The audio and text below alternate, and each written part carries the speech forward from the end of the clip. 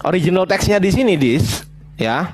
Di sini original teksnya berbicara Yeter itu orang Ismail. Nih original teksnya ya. Yeter itu orang Ismail. Tetapi kenapa di 2 Samuel Yeter ini orang Ismail, orang Israel.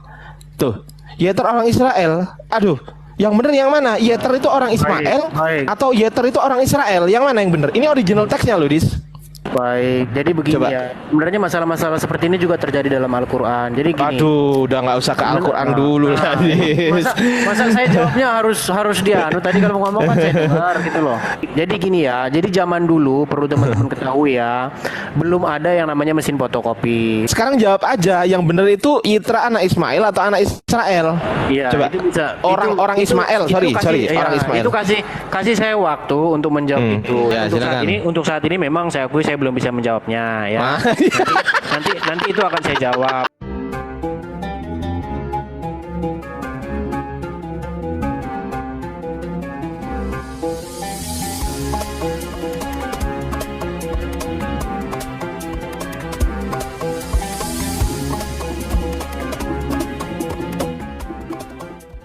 Ada tulisan khusus untuk pendeta.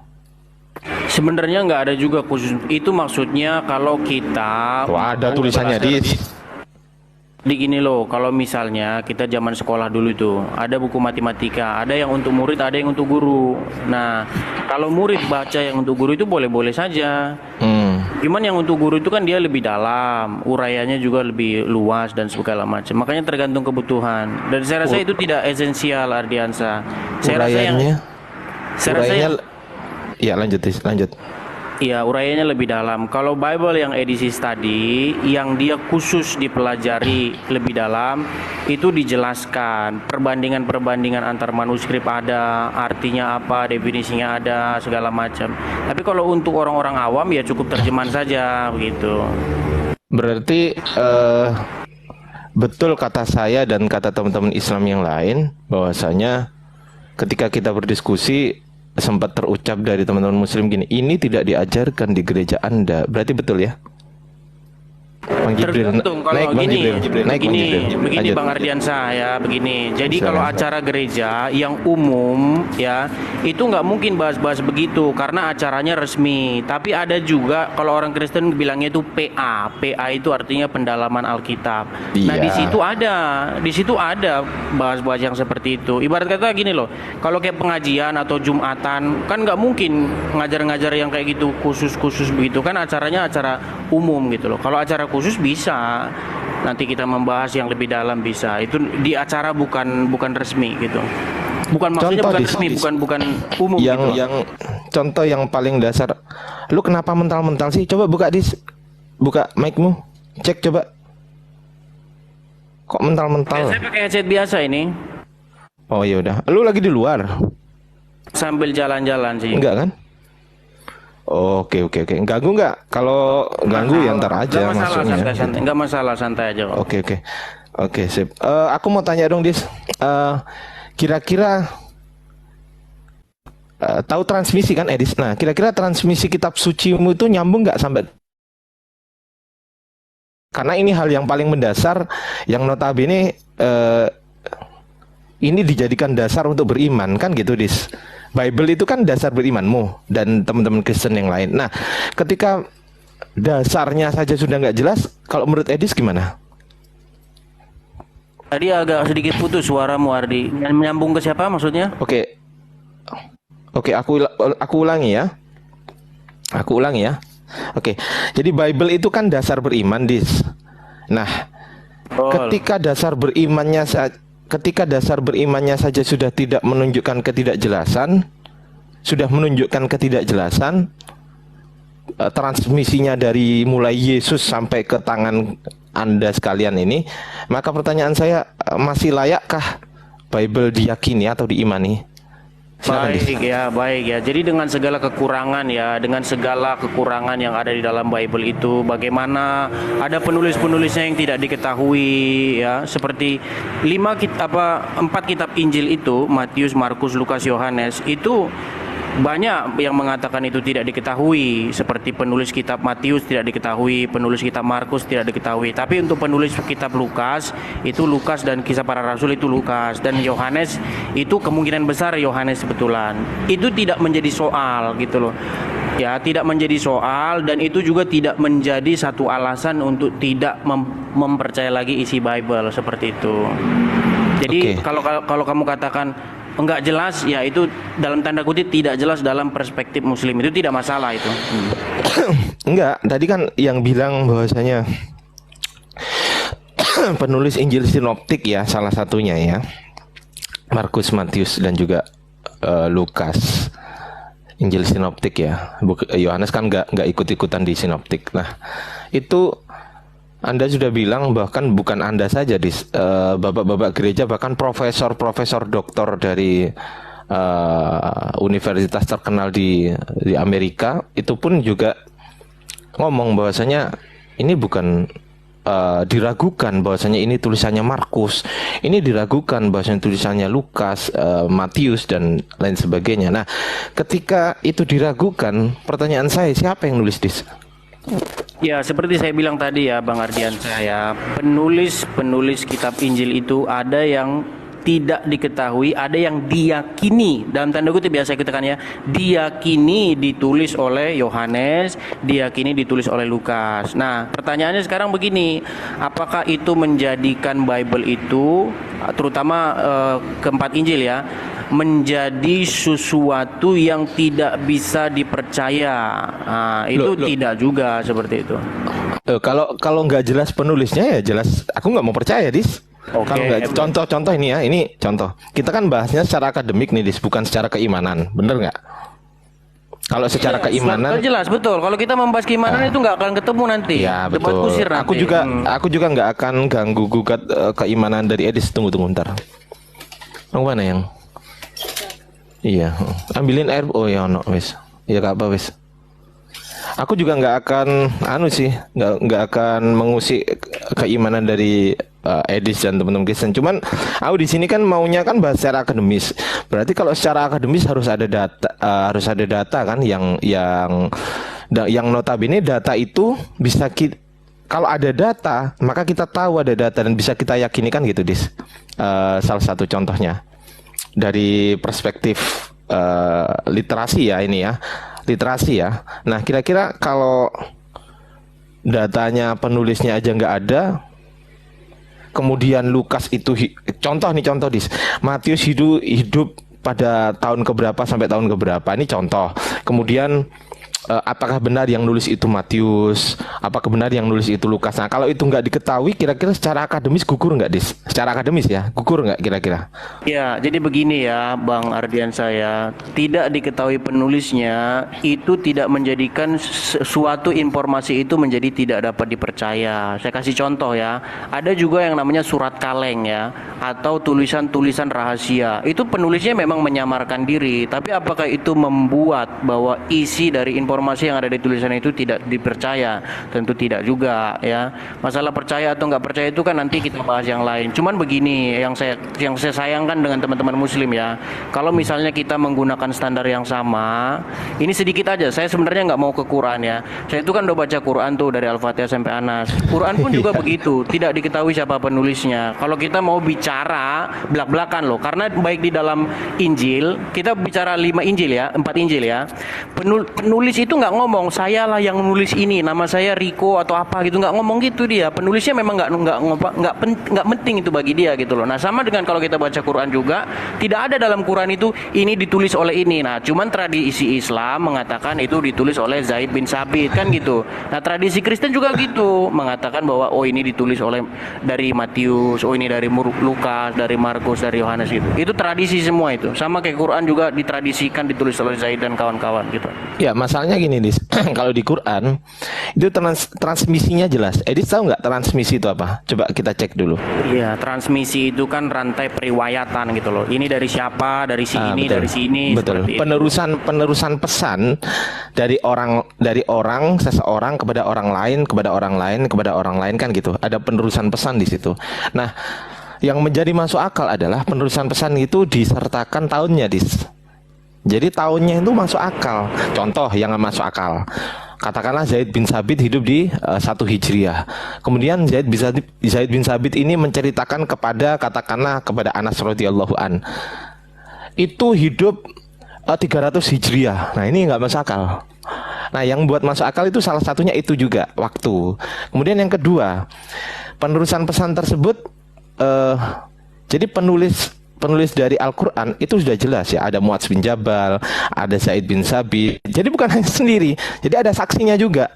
Nah, ada yang nyuruh nulis, ada yang menulis, dan juga ada yang menyaksikan dia menulis gitu loh. Jadi sudah nggak bisa diklaim lagi karena nggak bisa diragukan lagi karena secara akademis sudah memenuhi dis. Contoh nih, Edis bilang katanya kalau ini kita bicara dalam ranah akademis ya, Dis ya, bukan dalam ranah yang lain ya. Kalau dalam ranah katakanlah keimanan, aku berlepas diri dari pernyataan Edis yang itu. Tapi kalau dalam ranah akademis, aku sebagai dosen, kalau lihat mahasiswaku itu, oh ini dari mana? Oh itu penulis kaleng, Pak. Waduh, skripsinya aku suruh benahin, Dis, aku suruh revisi. Nggak bisa ini, Mas. Saya bilang gitu pasti. Nggak bisa. Jadi Harus begini, Bang. ya secara akademis ya saya bilangnya ya. Secara akademis. Jadi harus ada data. Ya lanjut, silakan.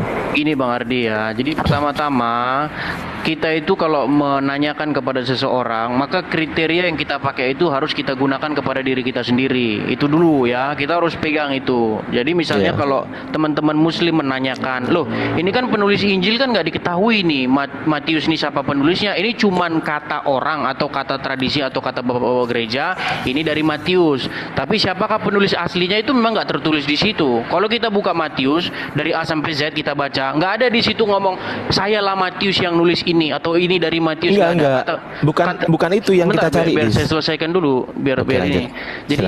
Jadi kata-kata menurut Matius, ya kan, kata Mation, kemudian kata Mark dan seterusnya, itu kan tambahan yang ditambahkan kemudian. Nah, sekarang kalau kita gunakan standar yang sama ke Quran misalnya, apakah di dalam Quran itu tertulis bahwa ini dari Zaid bin Sabit begini? Itu kan nggak ada juga, gitu loh.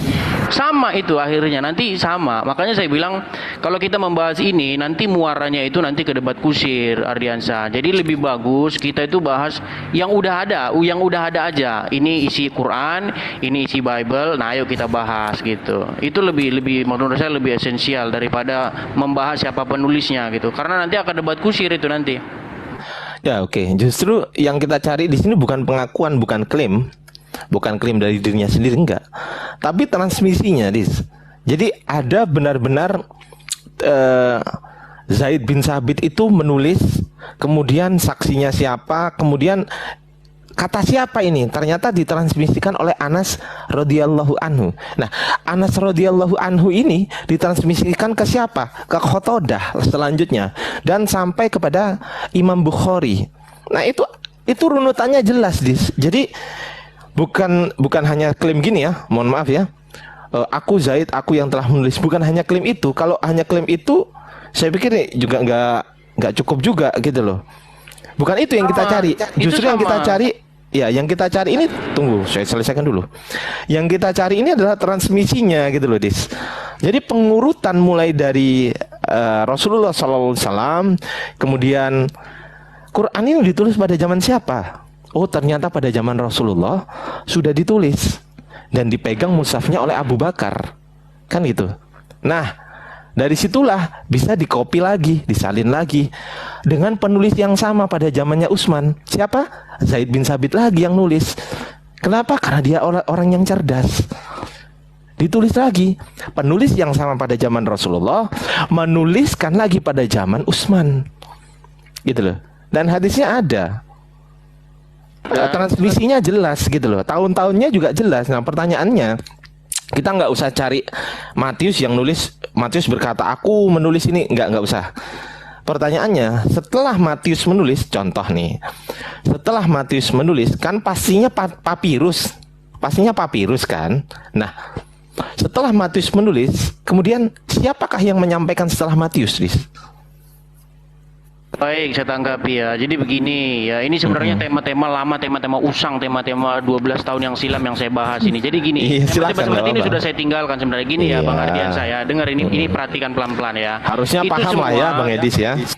Ya, itu semua itu adalah sumber-sumber eksternal. Nah, dalam diskusi itu kata-kata seperti oh ini Zaid bin Sabit ini orang cerdas dan itu nggak bisa dibawa dalam ranah diskusi. Itu kan sifatnya yang sangat subjektif semua gitu loh.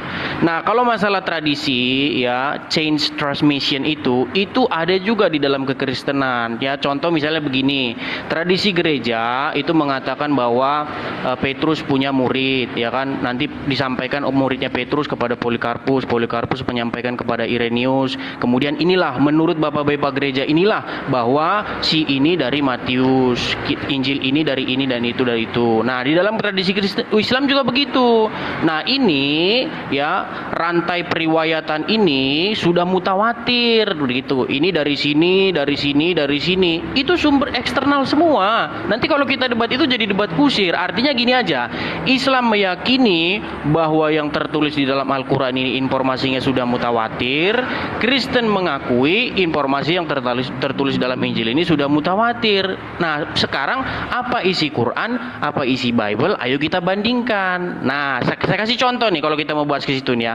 Anggaplah ya teman-teman muslim mengatakan, oh itu Injil Lukas itu wartawan itu. Masa setelah saya menyelidiki, oh kitab kok penyelidikan, ini wartawan ini. Berarti Lukas ini wartawan, kitab kalian itu hasil wartawan. Oke, nggak masalah. Ya, itu kan pendapat kalian nggak masalah. Nah, kita buka nih isinya Lukas nih. Oh, di dalam kitab Lukas ada malaikat datang kepada Maria memberitahukan begini begitu. Loh, kok itu ada di dalam Quran? Katanya kitab dari wartawan.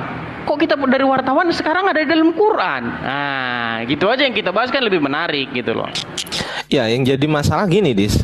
Ketika kamu contoh ya, kenapa saya nggak terlalu tertarik ya, sebenarnya bisa aja, cuman kenapa saya nggak terlalu tertarik membahas mengenai katakanlah menurut Lukas, menurut Matius, menurut ini, saya dari tadi nggak sebut saya nggak sebut ayat sama sekali di dalam Bible. Kenapa? Karena saya nggak percaya kalau itu kitab suci gitu loh. Jadi menurut saya, berhubung saya ini orangnya akademis, Dis, itu ketika gagal secara akademis saya cari dulu, saya nggak langsung klaim. Ya, Saya cari sama dulu. itu Bang Ardian. Saya cari dulu. Tunggu dulu, saya selesaikan dulu. Kan gitu. Nah, ketika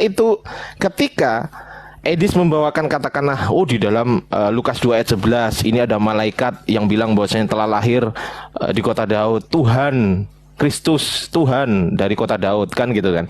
Nah, pertanyaan saya, ini wahyu Tuhan bukan? Itu loh. Sudah bisa ditanggapi? Tunggu belum. Saya selesaikan itu, konfirmasi aja sih gitu kan. Ini wahyu Tuhan bukan, kan gitu. Nah, ketika membahas tentang ketuhanan, Hardiansa dan orang Kristen yang lain contoh, yang saya suguhkan dari Quran menurut saya wahyu Tuhan. Kalau menurut orang Kristen, menurutnya dia wahyu Tuhan, tapi menurut saya bukan wahyu Tuhan. Mari kita buktikan wahyu Tuhan bukan. Oh, ini ternyata di Bible ini nggak semuanya wahyu Tuhan. Oke, yang mana yang wahyu Tuhan dan yang mana yang bukan wahyu Tuhan? Kenapa ada apokrifa juga? Kemudian kenapa bapak-bapak gereja itu mengkanon? Supremasi tertinggi dari bapak gereja itu apa coba? Coba apa? Bisa Roh ditanggapi? Kudus lagi? Kan juga nggak masuk akal lagi gitu loh. Lanjut, silakan. Iya, jadi begini ya Bang Ardian. Saya paham lah karena Bang Ardian saya juga orang baru ya dalam diskusi lintas iman. Jadi memang masih bahas-bahasan yang seperti yang sudah saya bahas 12 tahun yang silam. Jadi gini ya. Jadi pertama-tama gini. Kalau Anda mengatakan bahwa Bible itu bukan firman Tuhan, itu saya juga bisa katakan, oh bagi saya Quran juga bukan firman Tuhan. Inilah yang saya Iya. bilang nanti muaranya akan debat kusir Bang Ardiansa. Kita nggak bahas itu Bang Ardiansa. Kalau kita bahas itu sama seperti anak SD, dua anak SD yang berdebat bapak siapa yang hebat. Oh bapak saya hebat, kata si A, kata si B, enggak dong, bapak saya dong yang hebat. Ini yang saya bilang diskusi debat kusir nantinya. Itu semua hanya dilakukan oleh orang-orang baru, pendebat-pendebat baru yang baru kemarin sore debat. Jadi gini, yang mau saya sarankan begini, Bang Ardiansa ya. Kita kalau mau disuruh santun kayak gini, saya senang gini. Pertama, umat muslim menerima Quran, ya. Orang Kristen nggak menerima Quran. Begitu juga sebaliknya, orang Islam tidak menerima Bible. Nah, sekarang gini aja. Apa yang tertulis dalam Quran, sudah itu kita pegang. Apa yang tertulis dalam Bible itu kita pegang. Terus kita buka nih isinya. Nah, saya buka di dalam Lukas misalnya. Oh, di dalam Lukas ini ada nih malaikat pada tahun sekian datang kepada seorang perawan bernama Maria, ya kan? Mengatakan begini dan begitu. Kemudian datang Quran 700 tahun kemudian. Isinya juga mirip-mirip. Nah, setelah ini saya bandingkan, makanya saya kan sudah menulis buku itu. Saya menulis buku tentang itu. Nah, di dalam buku itu saya uraikan panjang lebar. Buku itu kalau dibaca sangat bagus sekali. Saya akan rekomendasikan kepada orang untuk baca buku saya itu. Jadi di situ saya uraikan bagaimana sih cara kita mengetahui bahwa kitab yang ini melakukan plagiatisme terhadap kitab yang ini, tapi dengan keliru. Nah, bagaimana kelirunya? Nah, itu saya uraikan. Ini percakapan ini tidak masuk akal, tidak logis. Masa ditanya begini, jawabannya begini? Ini nggak logis begitu. Karena kalau kita baca dalam Quran, itu ada kata-kata begini, Bang Ardian saya. Jadi di dalam Al-Quran, Ruhana yang telah menjelma menjadi manusia itu berkata kepada Maria begini, Innama ana rasulul li ahabalaki gulaman zakian, katanya. Sesungguhnya saya ini seorang rasul dari Tuhanmu untuk memberikan kepadamu seorang anak laki-laki yang suci. Nah, yang saya permasalahkan di dalam buku saya itu adalah kata-kata anama, ya, li ahabalaki gulaman zakian. Nah, kata-kata memberi anak laki-laki ini saya uraikan panjang lebar sebagai kata-kata yang tidak masuk akal. Kenapa saya katakan itu tidak masuk akal? Karena jawaban Maryam mengatakan bagaimana mungkin saya punya anak. Dia kan dibilang begini, Jibril itu walaupun di situ nggak tertulis Jibril ya, di situ dikatakan begini, saya utusan dari Allah yang mau memberi kamu seorang anak laki-laki. Nah, terus dijawab oleh Maryam, bagaimana mungkin saya punya anak tanpa disentuh laki-laki? Nah, sekarang kita ke Injil ya. Di dalam Injil bunyinya begini, saya ya adalah Gabriel memberitahu kamu bahwa kamu akan mengandung. Nah, beda ya. Di dalam Injil perkataannya kamu akan mengandung, di dalam Quran perkataannya saya akan beri kamu anak. Nah, yang menjadi pertanyaan begini, bagaimana mungkin Maryam di dalam Al-Quran bisa tahu bahwa makna dari memberi anak itu adalah datang dari rahimnya? Karena ini tidak masuk akal. Gitu loh. Bagaimana tidak masuk akalnya? Gini, pertama begini. Bagaimana mungkin Maryam bisa berpikir bahwa makna dari kata memberi anak itu adalah dia hamil tanpa disentuh laki-laki? Padahal sama sekali tidak dikatakan kepada Maryam bahwa Maryam itu akan mengandung tanpa disentuh laki-laki. Contohnya begini, sederhananya begini. Saya ngomong sama Bang Ardiansyah begini, Bang, saya mau kasih Anda duit. Terus Anda jawab begini, bagaimana mungkin dari kantong saya keluar duit? Loh, saya nggak bilang dari kantong Anda duitnya keluar. Saya bilang saya mau kasih Anda duit. Terus Anda jawab, bagaimana mungkin dari kantong saya bisa keluar duit? Ini kan percakapan yang tidak logis gitu loh. Nah, makanya dalam buku saya itu saya simpulkan bahwa nampak-nampaknya, dalam tanda kurungnya, nampak-nampaknya Maryam di dalam Al-Quran itu pernah dengar cerita Maria di dalam Injil, dan kemudian dia mengutip kata-katanya secara keliru. Begitu dalam uraian buku saya itu. Oke, gak apa-apa, saya tanggepin ya. Ya, mungkin Edis bisa memandang saya orang baru. Oke, justru malah saya orang baru, tetapi saya lebih kritis daripada Edis gitu loh. Saya lebih skeptis gitu loh daripada Edis. Bahkan jangankan Bible ya, saya dua-duanya Bible dan Quran ini pasti saya cari transmisinya gitu loh. Kalau transmisinya ini kan pasti orang gitu loh.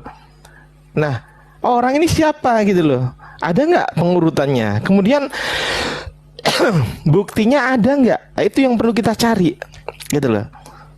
Nah, itu yang perlu kita bahas di sini. Kita belum masuk ke teks. Karena apa? Karena kalaupun saya menyuguhkan teks ke Anda nggak percaya kalau Quran kitab suci. Saya pun gitu.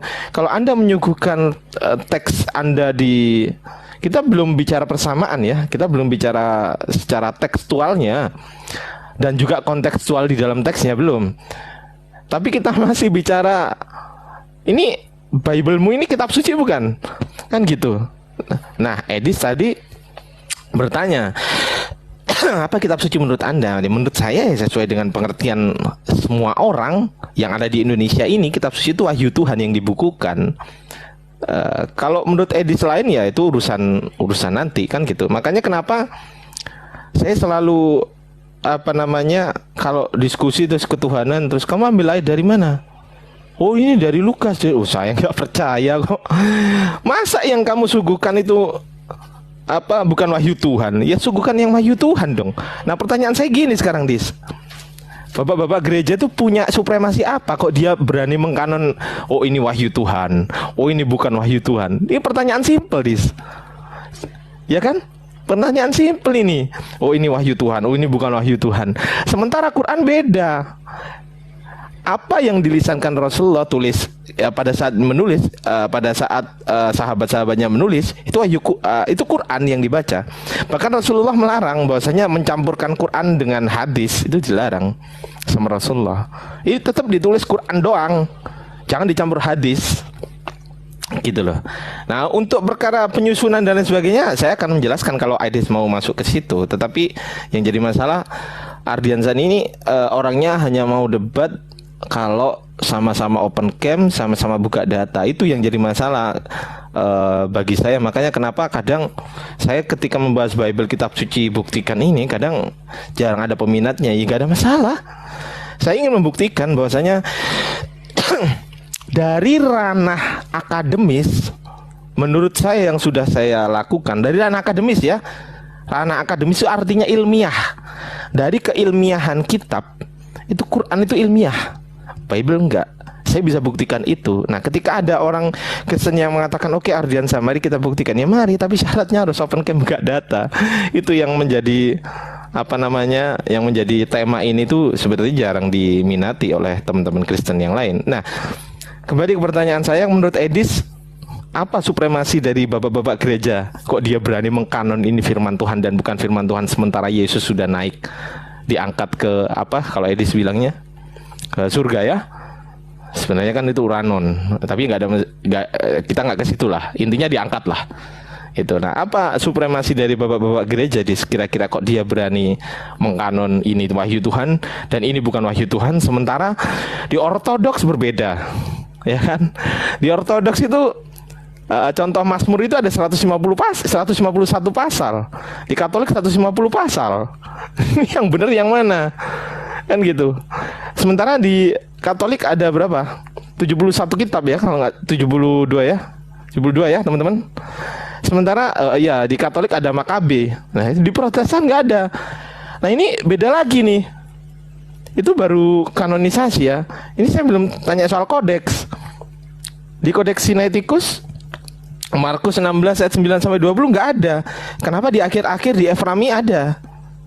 Efraim, Kodeks Efraim ada. Padahal itu abad ke-5. Sinaiticus abad ke-4. Nah, tua siapa? Tua Sinaiticus. Kenapa yang lebih tua nggak ada, yang lebih muda ada? Ini pertanyaan, Dis. Sampai detik ini pun, jangankan Edis ya, Sob Katul pun yang katanya orang lama itu belum bisa jawab pertanyaan dari mana Markus 16 ayat 9 sampai 20 diambil. Kita selidiki di sampai situ. Saya tuh gitu. Karena saya ini peneliti ya.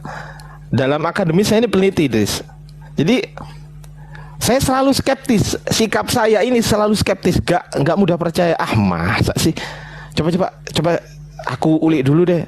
Aku pelajari dulu ini dari mana runtutannya ini. Benangnya ini, Dis. Benang warna merah ini apakah berasal dari Yesus gitu loh. Bener nggak berasal dari Yesus? Kemudian siapa yang menulis? Setelah menulis, siapa yang meriwayatkan? Ketika periwayatnya itu adalah mudah berbohong, apakah masih bisa dipercaya? Nah, contoh nih, Dis. Edis setuju nggak bahwasanya di Bible itu semua wahyu Tuhan? Setuju nggak, Dis? Coba cek, silakan, Dis. Ya, saya tanggapi satu persatu ya dari awal ya. Jadi Ya, kalau silakan. Bang Ardiansyah ini kan senangnya membahas hal-hal yang sifatnya seperti itu. Padahal saya tadi udah ke materi langsung. Jadi begini ya. Pertama-tama seperti yang saya bilang tadi, bapak-bapak gereja itu, mereka itu sebenarnya tidak mengatakan bahwa oh ini yang kanon ini. Enggak. Jadi gini, dulu itu banyak sekali cerita-cerita yang apokrif ya, yang dongeng-dongeng tentang Yesus. Misalnya saya kasih contoh nih. Ada buku-buku yang mengatakan mengatakan bahwa Yesus itu waktu kecil itu ke gua, dia mengalahkan naga di situ. Kemudian dia membentuk 12 burung dari tanah liat, kemudian main-main sama anak kecil, terus disulaplah burung-burung itu hidup gitu. Itu kan ada di Quran itu. Nah, dongeng-dongeng tentang Yesus ini, sebentar biar selesaikan Bang Ardi. Tadi kan Bang Ardi ngomong saya dengar kan. Iya, Jadi gini, silakan. jadi buku-buku yang sifatnya apokrifa semacam ini itu pada waktu itu dilakukan yang namanya filterisasi gitu loh. Oh, ini bukan dari para rasul nih. Ini tidak tidak diterima oleh umum nih. Ini cerita-cerita yang asing tentang Yesus nih. Nah, akhirnya setelah proses yang panjang dan itu lama sekali memang prosesnya, itu akhirnya jadilah keempat Injil itu. Itulah yang diterima ya. Iya, pertanyaannya gini, Dis. Pertanyaannya ini belum selesai. Oh, ya udah ya. Tadi dia ngomong panjang lebar. Ya, udah lanjut Dis. Hampir Lanjut. 10 menit loh tadi ngomongnya. Iya, lanjut. Nah, kemudian masalahnya begini. Hal yang tersama itu juga terjadi di dalam Islam gitu loh. Nah, itu Hatun Tash dan J. Smith ya. Itu sudah membuktikan dia cari Quran dari berbagai negara dan memang ya at least ya setidak-tidaknya itu ada 34 macam Quran yang berbeda-beda.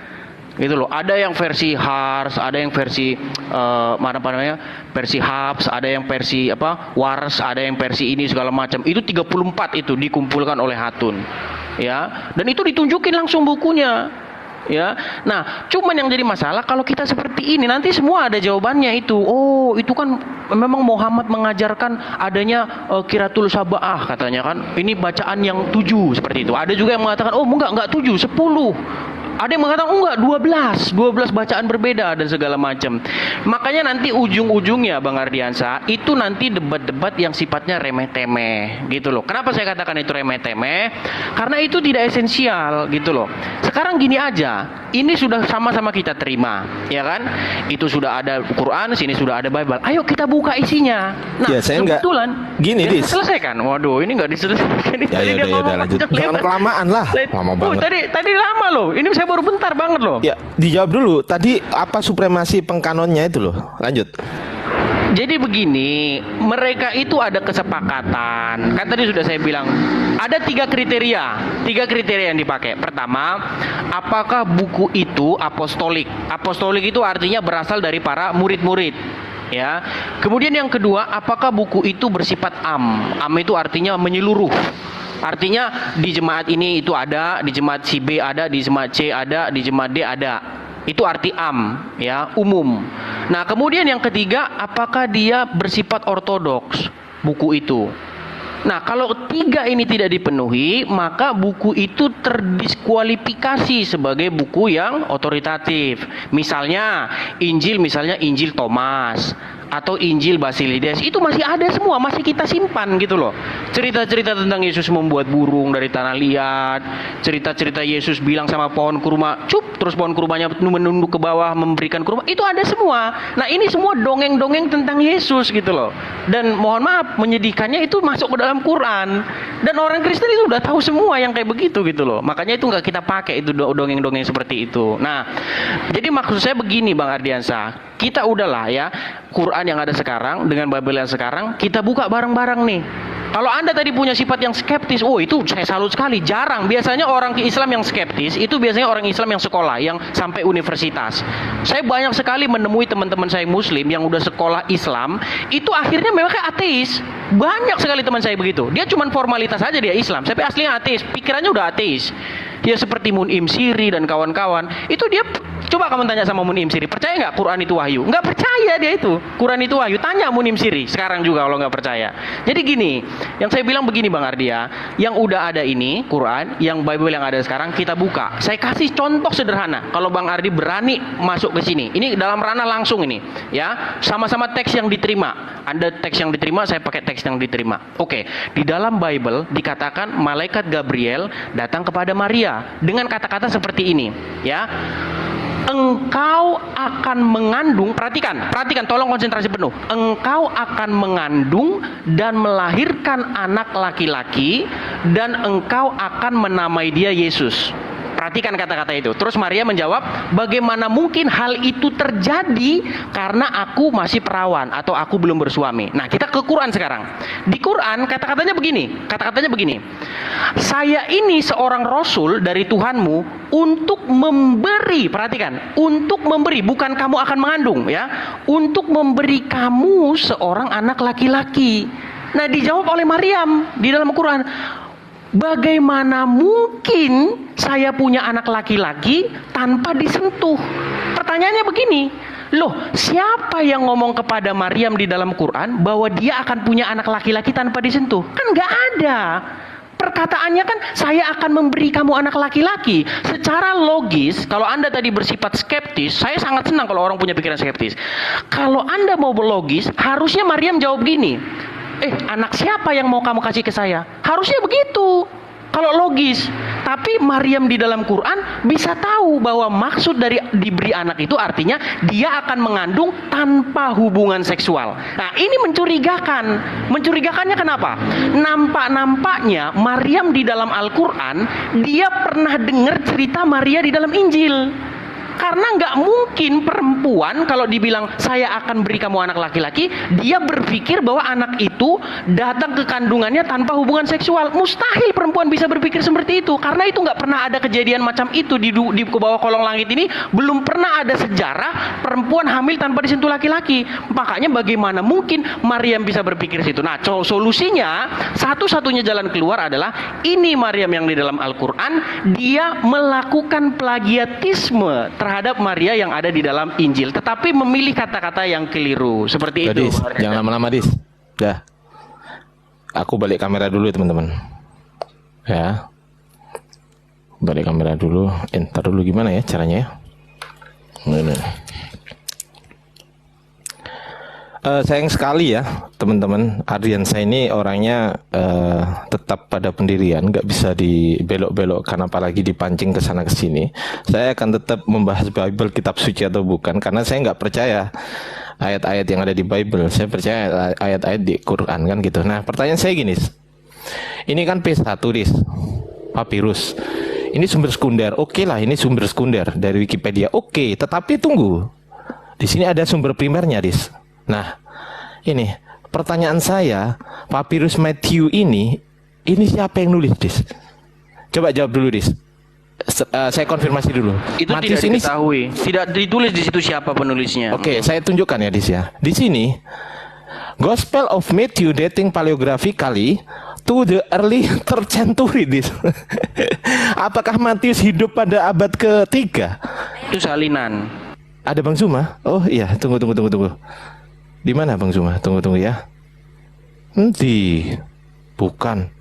Kalau Bang Zuma naik ya, Gurunda. Kalau memang Gurunda asli, karena ada yang enggak. Oke, kabari ya, yang ada Bang Zuma ya. Coba dicek dulu Bang Zuma asli apa enggak itu. Ya, kalau Bang Zuma asli pasti minta naik. Kalau Bang Zuma KW enggak minta naik. Oke, jadi gini, Dis. Ini salinan, Anda bilang salinan. Padahal ini adalah papirus, Dis. Papirus ini, tunggu, sabar dis. Bukan Bang Zuma. Oke. Ini 3rd century loh, Dis. Nah, pertanyaannya siapa yang nulis? Tidak diketahui. Nah, ini abad keberapa? Abad ke-3. Berarti sebelum abad ke-3 nggak ada. Nah, ini satu. Kemudian 2. Tunggu, belum selesai, Dis. Lu tadi ngomong panjang. Saya informasikan kalau sudah kabari biar saya dapat tanggapi gitu loh. Iya, Dis. Iya, Dis. Sabar. Kita lu diskusi dari tadi nyantai, ngapain sih? Oke. Nah, ini papirus kedua, teman-teman. Kalau bisa dibaca, ini Gospel of John. Menurut Edis, meninggalnya Yohanes itu tahun keberapa, Dis? Menurut tradisi sih sekitar tahun 90. Oke, ini tahun berapa, Dis? Itu sekitar 500 sampai 600. Berarti abad ke-6, abad ke-7 ya? Iya, abad ke-6, abad ke-7. Pertanyaan saya, siapa yang nulis P2, Dis? Di situ tidak diketahui. Nah, itu betul. Nggak diketahui, teman-teman. Itu baru Yohanes. Ini Lukas, Dis. Ini Lukas. Abad ke-6, abad ke-7. Bayangin coba. Ini siapa yang nulis gitu loh? Ke abad ke-6 ini dating ya. Dating karbon loh di sini, Dis. Oke lah kalau Edis berbicara itu kan dari apa namanya? dari Wikipedia. Loh, Wikipedia ini memang sekundernya. Oke. Tapi berhubung sekundernya menyertakan tunggu kabelnya ini kok nyantol ya. Tunggu sabar. Nah, berhubung Jangan Wikipedia grogi, Bang Ardiansyah, kalau berhadapan dengan saya. ngapain grogi ini lu nyantol tadi astagfirullahaladzim. Nyantol itu tanda grogi tuh. Lanjut. Kok aku yang nyantol, wong kabelnya yang nyantol, kok aku yang grogi. Oke. Jadi di sini ini papirusnya teman-teman. Papirusnya, berhubung dia menyertakan papirus, ini ada list 1 sampai 50. Kalau saya tanya ke teman-teman Kristen, papirus 1 sampai 50 ini siapa yang nulis? Sampai kiamat kurang 2 hari nggak ada yang tahu, Nggak ada yang tahu. Coba Matthew. Kemudian gini, saya akan ceritakan ke Edis percaya nggak Bible itu sudah dirubah, Percaya nggak Bible sudah dirubah-rubah? Sebagian isi Bible itu ada tambah-tambahannya, saya akui itu. Diakui. Yang nambahi siapa, Para penulis itu. Para penulis. Kira-kira yang ditambah itu yang ayat mana aja, Banyak ya, cuman itu makanya ada kajian khusus tentang itu. Ya, oke. Seperti misalnya nih cerita tentang ada perempuan yang berzina, ya kan. Kemudian Yesus mengatakan pergilah dan jangan berbuat dosa lagi. Itu memang tidak ditemukan di dalam manuskrip yang lebih awal seperti itu. Jadi kalau Anda tanya saya pribadi, saya ini orangnya nggak pernah nggak pernah saya tipu-tipu, saya tutupin, nggak pernah. Saya pribadi meyakini bahwa penulis atau penyalin Bible, dulu kan belum ada mesin fotokopi tuh, masih ditulis manual. Itu sering menambahkan kata-katanya menurut dia sendiri atau cerita-cerita untuk mengisi halaman kosong dan lain sebagainya. Ya, kadang ulah-ulah nakal mereka seperti itu. Oke, saya lanjut ya, sebentar saya akan tunjukkan sebuah bukti ya, teman-teman. Contoh nih, Ini Codex Vaticanus ini, Kita baca, aku kasih biru dulu ya di sini. Kemudian kita cek dulu ya. Ini salah satu contoh, mungkin bisa dibuat. Nggak tahu ini Edis sudah baca apa belum ya. Codex Vaticanus ini memang dari Wikipedia, teman-teman. Tetapi yang saya mau ngambil dari sini, selain data sekunder, dia ada data primer. Nah, kita cek ya, Codex Vaticanus ini, apa yang dibilang di Codex Vaticanus? Ini juru tulisnya. Juru tulisnya itu bilang gini nih. Di on page 1512 next to Hebrews, Edis pasti tahu ya, aku nggak usah mengindonesiakan ya.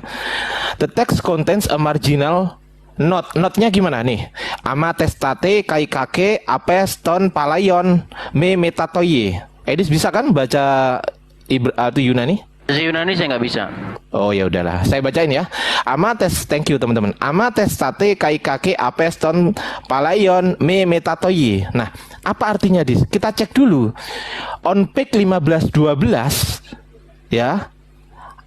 Next to Hebrews, the text content is marginal note. Ada marginal note-nya di samping Hebrew 1.3 pada halaman 1512 di Codex Vaticanus. Kita cek kodeksnya langsung.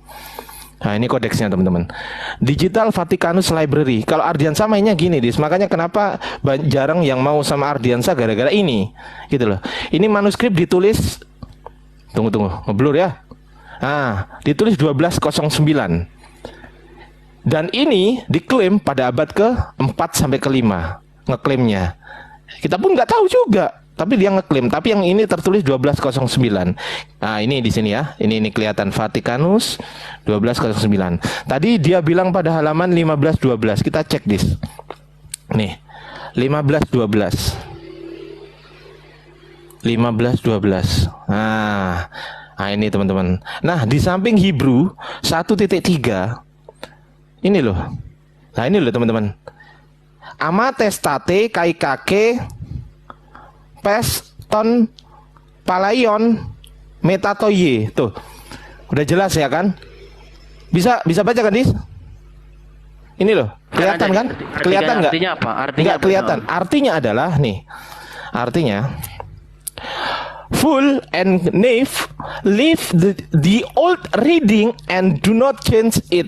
Berarti apa, Nah, itu maksudnya, orang-orang yang bodoh, jangan kamu bikin perubahan-perubahan di sini gitu maksudnya. Bodoh dan penipu. Tinggalkan bacaan lama. Leave the old reading and do not change it. Dan jangan dirubah. Berarti ini ya, juru tulisnya ini saking jengkelnya pada tahun 1209 Bible ini sudah mengalami perubahan banyak sekali. Saking jengkelnya dia tulis bodoh dan penipu, tinggalkan bacaan lama dan jangan dirubah. Bayangin coba Dis, ini yang di coba gini Dis. Kalau Edis mau jujur, ya kalau Edis mau jujur dengan hati yang rendah, jangan dipikirkan baik-baik. Masa Dis, kitab suci kok sudah dirubah gini masih diyakini kitab suci gitu loh Dis. Coba bayangin, bener nggak kira-kira? Ini secara akademis ini gugur Dis. Saya nggak ngomong soal iman ya. Oke, kita nggak ngomong iman dulu ya. Kita ngomong secara akademis. Secara akademis ini sudah gugur loh Dis. Bener nggak Dis? Coba setuju nggak dengan Ardiansa? Tidak setuju. Hah? Tidak setuju. Iya setuju. Nah benar teman-teman. Jadi Edis ini Tidak setuju saya bilang. Oh tidak tidak setuju. Jadi secara akademis masih bisa ya, bukan gugur ya? Justru itu masih bisa kita buktikan adanya. Mana ada Bang Zuma? Dan sebagainya. Tunggu.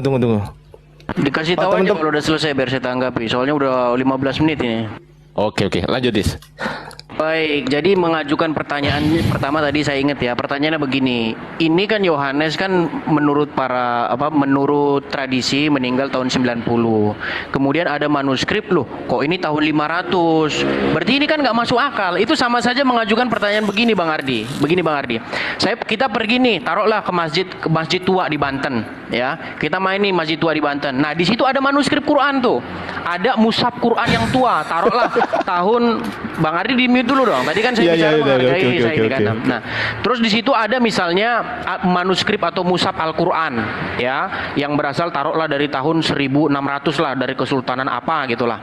Terus orang nanya gini, "Loh, katanya Quran ditulis Zaid bin Sabit. Ini kok 1600?" Itu pertanyaannya irrelevan gitu loh. Pertanyaan itu nggak nyambung, tidak sama sekali tidak tepat begitu loh.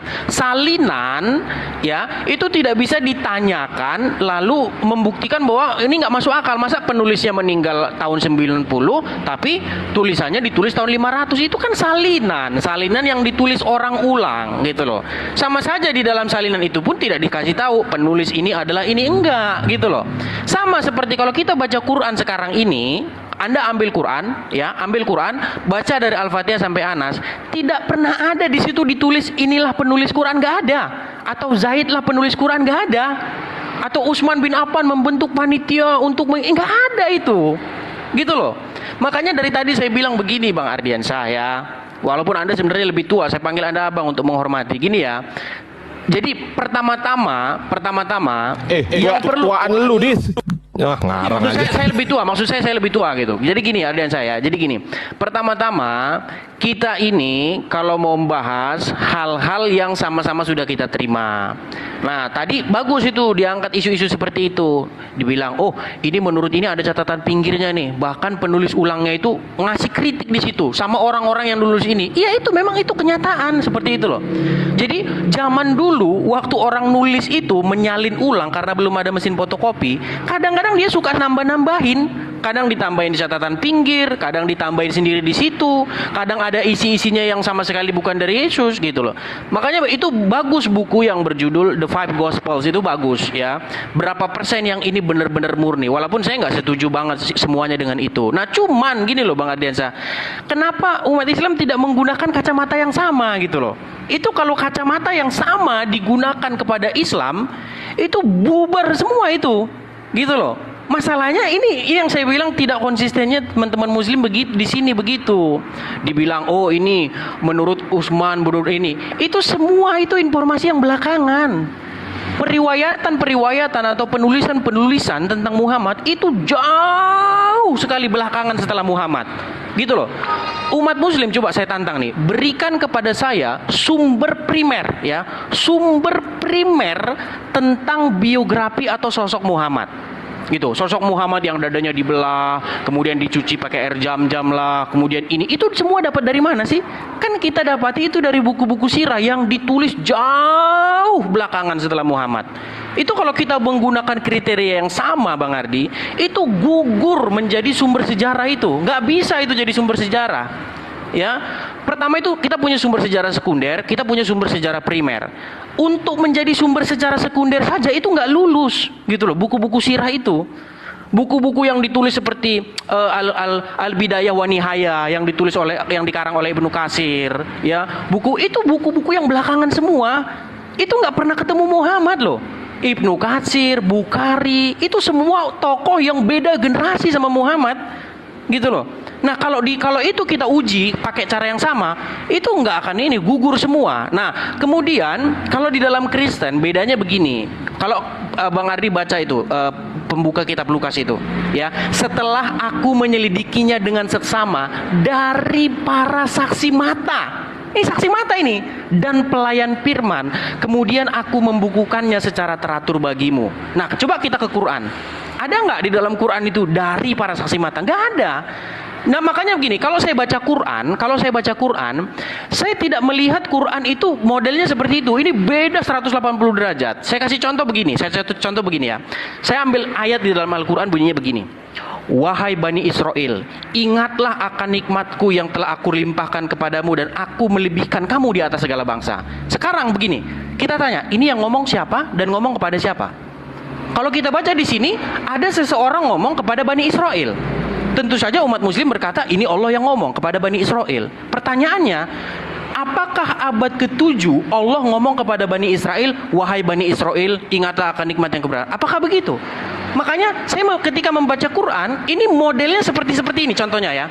Contoh misalnya gini, Anda jauh dari istri, ya. Anda jauh dari istri, terus Anda menulis begini, wahai istriku yang cantik, engkau sungguh cantik, dan seterusnya. Pertanyaannya begini, apakah Anda sungguh-sungguh berkata kepada istri Anda ketika itu? Tidak. Anda berkata itu di dalam hayal, gitu loh. Anda tidak benar-benar berhadapan dengan istri Anda. Nah, saya melihat Al-Quran seperti itu. Saya tidak melihat bahwa di sini Allah sungguh-sungguh berkata kepada Bani Israel. Makanya ini yang saya sebut dengan imaginary conversation, gitu loh. Jadi percakapan imaginary, gitu loh. Nah, jadi makanya saya bilang begini, Bang Ardi, kita tinggalkan itu semua, ya, yang sifatnya seperti itu, karena nanti akan debat kusir. Yang mau saya ajukan kepada Bang Ardi, kalau Bang Ardi mau berani ke situ, ya, kita gini aja lah, sama-sama kita pakai yang ada sekarang, ya, kita pakai Quran, kita pakai Bible, kita buka isinya itu. Salah satu tadi belum ditanggapi, belum disenggol sama sekali itu. Bagaimana mungkin Maryam bisa ngomong sama yang datang kepada dia itu dengan kata-kata, bagaimana mungkin saya punya anak tanpa disentuh laki-laki? Pertanyaan saya, Maryam di dalam Quran dapat ide dari mana bahwa anak yang akan diberikan kepada dia itu berasal dari rahimnya sendiri dan bukan berasal dari hubungan badan? Dari mana dia tahu itu? Ini yang saya bilang, ini kalau memang benar-benar Ardi mau bicara secara akademis, ini tidak lain dan tidak bukan Maryam di dalam Al-Quran. Dia pernah dengar cerita Maryam di dalam Lukas dan dia ingin meminjam kata-kata Maryam itu, cuman dia tidak tahu bagaimana persisnya kata-kata itu digunakan, gitu loh. Makanya kata-kata itu tidak masuk akal. Cukup, Dis. Saya tutup sedikit. Sama tidak masuk akalnya begini. Kita ketemu sama perempuan nih, ketemu sama perempuan masih perawan. Kita bilang nih, Dek, saya mau kasih kamu anak. Harusnya perempuan itu ngomong gini, abang nemu dari mana bang? Anaknya siapa? Harusnya dia gitu. Nggak mungkin dia ngomong gini, bagaimana mungkin bang saya bisa hamil sendiri tanpa disentuh laki-laki? Loh, siapa yang bilang kamu akan hamil? Saya mau kasih kamu anak, gitu loh. Saya bawa anak, saya kasih kamu. Ini anak adopsi, harusnya gitu loh. Itu kalau mau bicara logis. Oke, aku tanggapin dulu ya. Jadi kalau dilihat teman-teman, ya, ini saya sudah kumpulkan di sini, tapi nanti kita akan cek data primernya. Edis tadi kan tanya data primer. Di sini Rasulullah SAW pada zaman beliau, ini ada penulis dan penghafalnya.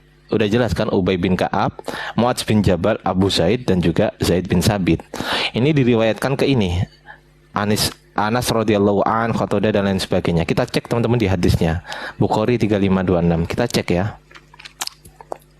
Ini data primernya, Dis. Ini data primernya ini, gitu loh. Cuman sudah dibukukan dalam bentuk hadis soft, kan gitu. Nah, kita cek teman-teman. Pada zaman Nabi SAW, Al-Quran dihimpun pula, ditulis dan dihafal oleh 4 orang yang semuanya dari kalangan Ansor. Mereka adalah Ubay bin Ka'ab, Mu'adz bin Jabal, Abu Zaid, Zaid bin Sabit. Aku bertanya kepada Anas. Anas ini yang meriwayatkan ini. Siapakah Abu Zaid itu? Dia menjawab, salah seorang dari pamanku. Nah, sekarang kita cek teman-teman. Jadi kalau kita membahas soal transmisi, harus cek dulu ya. Kita cek dulu dari Anas bin Malik ini siapa gitu loh. Nah, jelas Anas bin Malik wafatnya 91 Hijriah. Ini sejaman dengan Rasulullah. Sejaman dengan Rasulullah karena dia kalangan sahabat. Tuh. Nama panggilannya Abu Hamzah. Jelas nasabnya jelas dari kalangan sahabat. Tuh 91 Hijriah. Kemudian kita ke Khotodah ini tahun berapa? Karena Anas bin Malik meriwayatkan kepada Khotodah 117 Hijriah. Jelas nggak? Masuk akal? Masuk akal. Nggak ada 100 tahun ini. 117 ke tadi berapa? 91 ke 117. Masuk akal ini. Tuh, oke. Komentar dari para ulama ini menyebutkan sikoh, dan lain sebagainya. Jadi jelas gitu loh orangnya siapa, panggilannya, bahkan panggilannya sak bin-binnya juga jelas. Khotodah bin Da'mah bin Khotodah, jelas gitu loh. Nah, coba nanti kita ke Paulus ya. Paulus bin siapa kira-kira? Oke ya. Jadi jelas gitu loh. 117. Kita ke Syuba'ah. Syuba'ah ini tahun 160 Hijriah. Nah, ini yang saya maksud Jadi ada yang orang-orang yang meriwayatkan ini gitu loh, jelas sampai kepada Imam Bukhari. Imam Bukhari ini coba ya kita urut ya, 160 Hijriah nih, Syuba'ah. Kita urut lagi. Yahya bin siapa ini? Yahya bin Sa'id bin Faruk 198 Hijriah. Kalau yang ini Muhammad bin Bashar 252 Hijriah. Kemudian kapan dia bertemu? Kok bisa dia bertemu dengan Bukhari? Tahun berapa? Kita cek Bukhari meninggal tahun berapa, teman-teman. Kita cek ya. Ini kan Muhammad bin Bashar bin Utsman kan 252 Hijriah. Bukhari meninggal tahun 256 Hijriah. Dan dia sudah menulis kitab ini, jelas gitu loh. Jadi sangat jelas gitu loh teman-teman. Transmisinya jelas. Secara akademis ini bisa. Edis kalau pernah kuliah, Edis pasti tahu yang namanya daftar pustaka. Bener nggak? Nah, daftar pustaka itulah yang kita butuhkan di sini, Dari siapa, ngambil dari mana. Itu tradisi Islam dipakai sekarang di semua universitas. Coba. Semua tradisi daftar pustaka itu tradisi Islam yang sudah dipakai ini. Coba. Kita cek sekarang ya teman-teman. Kita cek sekarang di sini. Nah, udah. Kemudian Edis tadi berbicara soal manuskrip Quran ya. Ini manuskrip Qurannya ya, udah ada ya. Kita cek. Ini kapan sih? Kan gitu. Pasti bisa lah bahasa Inggris. Edis kan pinter bahasa Inggris. The Quran of Utsman at the top copy Museum Istanbul Turki from 1st and 2nd century Hijriah. Jadi jelas manuskripnya dari Rasulullah hidup itu ada manuskripnya ini tuh. Ya, kita cek penanggalan karbonnya di sini tuh. Dating late 1st century, early 2nd century of Hijriah. Dan juga radio karbonnya ini jelas radio karbon menggunakan C14 penanggalan naskah Al-Quran. Kita cek ya teman-teman. Kalau Edis tahu ini dipelajari ini ada presisi dan akurasi tanggal radio karbon saran saya Edis belajar ini. Nah tuh 1 sigma menunjukkan 68% keakuratannya, 2 sigma 95%, 3 sigma 99%. Ini namanya standar deviasi. Ya. Edis tahu kan ini? Kalau pernah kuliah tahu kan pastinya kan? Nah, begitu Jadi sangat jelas sekali gitu loh, ada penanggalan karbonnya di sini. Oke. Ya, saya akan menanggapi soal tunggu dulu. Belum selesai. Saya akan menanggapi soal lama sekali. Soal Maria.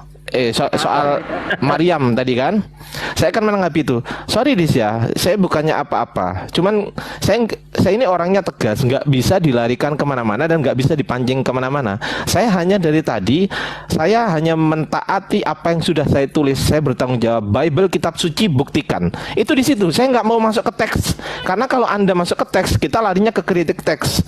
Padahal belum ke situ. Kita masih ke transmisi nih, Dis. Coba ya. Nah, kita masih ke transmisi nih.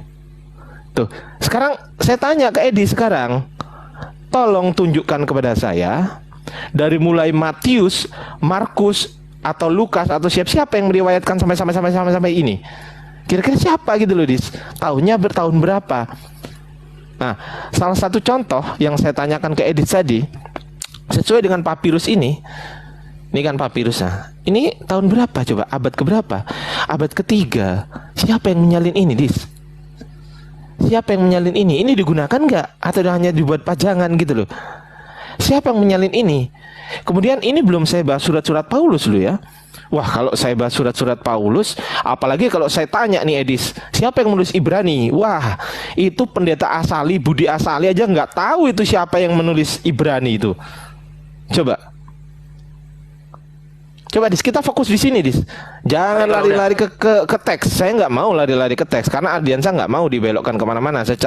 Selain transmisi kitab suci. Silakan Dis. Baik, terima kasih ya. Saya tahu karena kalau lari ke teks nanti maka akan hancur nanti. Jadi masalah memang ini memang. Jadi gini ya, Ardian saya.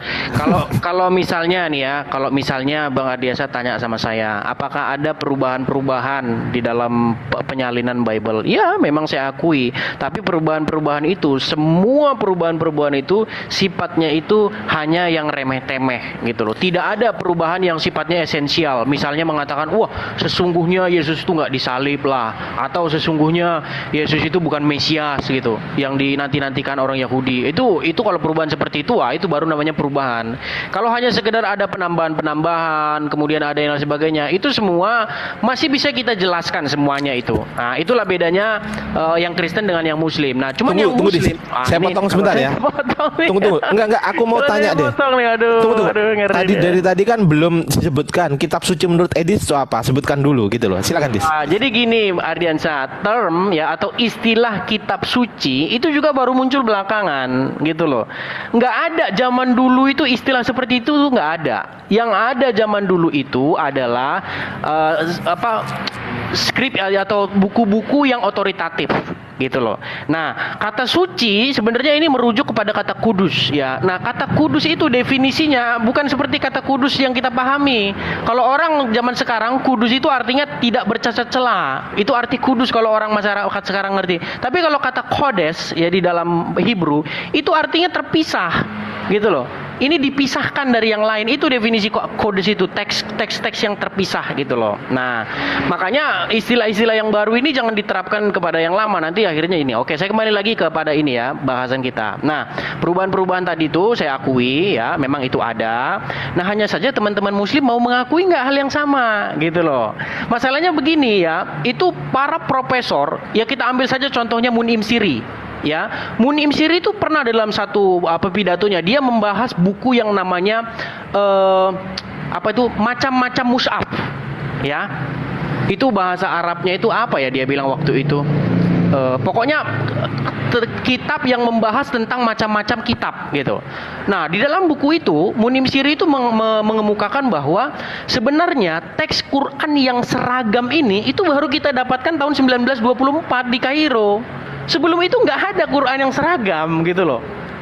Dan itu sayangnya teman-teman Muslim yang sekelas orang-orang tertentu saja yang mengaku itu, hanya sekedar Munim Siri dan lain sebagainya. Nah, itu sebenarnya sampai detik ini pun sebenarnya nggak seragam. Ya kalau Bang Ardiansyah betul-betul, kalau coba saya kasih ada link ya, nanti teman-teman bisa cek sendiri. Itu Hatun ya. Kalau debat-debat orang Indonesia kan memang belum tahu, masih kelas-kelas lokal ya. Itu Hatun, itu perempuan orang Turki, dia mantan muslimah ya, dia jadi Kristen. Itu di Speaker's Corner ya di London, itu sudah memajang buku itu dipegang di tangan dia. Ini dari Maroko bunyinya begini, ini dari yang versi Saudi Arabia bunyinya begini, dari Mesir begini, dari itu nggak ada yang sama. Setidak-tidaknya 34 macam Al-Quran yang berbeda, dan itu sudah sudah pernah dibahas oleh Inyo Manis, ya. Kalau Ardiansyah nggak tahu, mungkin baru muncul sekarang, nggak kenal Inyo Manis siapa ya. Cuman dia udah di penjara sekarang. Nah, itu pernah dibahas dan ditanggapi langsung oleh, kalau nggak salah apa itu nama channelnya ada, diakui memang ada perbedaan-perbedaan bacaan di dalam Al-Quran itu ada. Nah, bagaimana umat muslim mengatasi ini, dalam tanda kutip ya, mengatasi perbedaan-perbedaan ini? Nah, mereka akan membuat sebuah lompatan iman, dalam tanda kutip, lompatan iman yang mengatakan bahwa dulu Muhammad memang mengajarkan Al-Quran itu dalam berbagai macam bacaan. Itulah kenapa ada berbagai macam bacaan yang berbeda. Nah, kalau kita mau menggunakan kriteria yang sama ya, banyak sekali itu contoh-contohnya. Ada misalnya tentang tayamun ya. Kalau versi Wars mengatakan, oh, bertayamun itu kalau disentuh itu dalam pengertian menyentuh itu hubungan badan.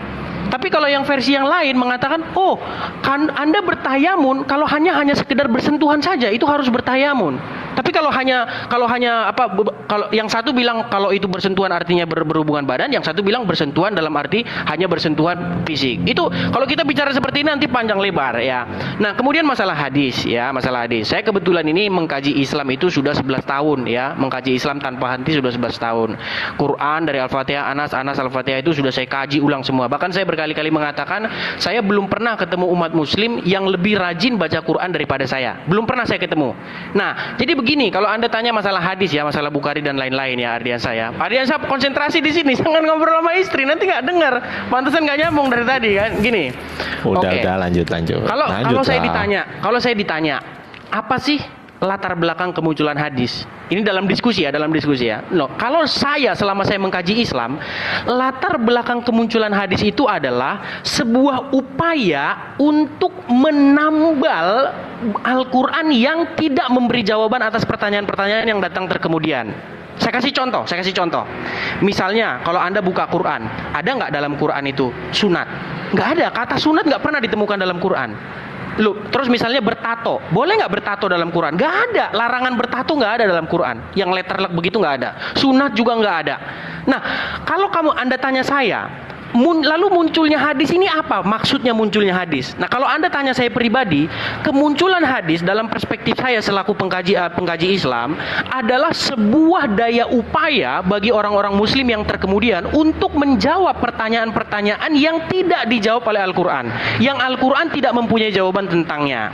Nah, lalu bagaimana ini masalahnya? Masalah Bukhari dan lain sebagainya. Itu bukan saya loh, Muslim sendiri, itu Buya Sakur, itu pernah mempermasalahkan keyakinan yang diyakini oleh umat muslim. Dikatakan, oh, bahwa Bukhari ini seorang muridnya begini, dia menghafal ratusan ribu hadis dan lain sebagainya, 600 ribu hadis yang asli hanya sekian, hanya 6.000 dan lain sebagainya. Artinya dari 600 ribu hanya 600 ribu hanya 6.000 hadis yang sahih. Artinya 99% kabar tentang Muhammad itu hoax semua. Hanya 1% yang benar, dan itulah yang dikumpulkan oleh Bukhari. Nah, lalu Buya Sakur mengatakan begini, sekarang apakah ini mungkin? Nah, dia menggunakan matematik itu. Apakah ini mungkin? Kalau Bukhari mengumpulkan hadis selama 16 tahun dan dia dapat 6.000, sekarang ayo kita bagi. Nah, dibagilah sama Buya Sakur ya. 6.000 360 hari dikali 16 sekian, dapatlah kalau nggak salah itu sekitar 16 hadis per hari. Jadi bayangkan, Bukhari harus mendapat 16 hadis sehari kalau memang itu benar, dan ini mustahil pada zaman itu dilakukan. Bagaimana mungkin kita melakukan tabayun atau klarifikasi? Untuk melakukan klarifikasi dulu belum ada pesawat. Dulu pakai onta, dan menemukan orang satu ke orang satu itu nggak mungkin segampang itu. Mustahil bisa mengatakan dapat 16 hadis per hari pada zaman itu. Ini muslim sendiri, seorang pemikir muslim, Buya Sakur, bukan saya gitu loh. Jadi makanya cerita-cerita tentang Bukhari begini begitu itu sangat sulit dipercaya. Nah, kemudian saya ke hadis nih. Saya akan kutip hadis ya. Bunyinya begini nih ya. Dikatakan begini, bahwa suatu saat itu dikatakan di suatu saat dikatakan begini, Muhammad itu melarang orang untuk menulis selain Al-Quran. Jadi Muhammad sendiri di dalam hadis mengatakan Muhammad melarang orang menulis selain daripada Al-Quran. Nah, sekarang malah ada hadis gitu loh.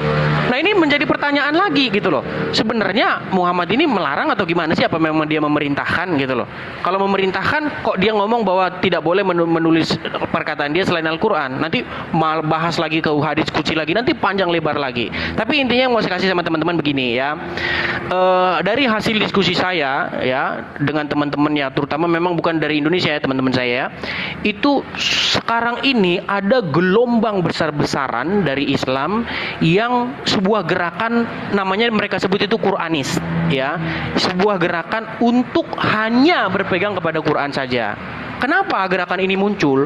Karena ketika Anda membaca hadis, maka Anda akan menemukan bahwa wajah Islam itu nanti begitu gampang sekali diserang kalau Anda menggunakan hadis. Contoh yang sudah dilakukan oleh Kiamat misalnya.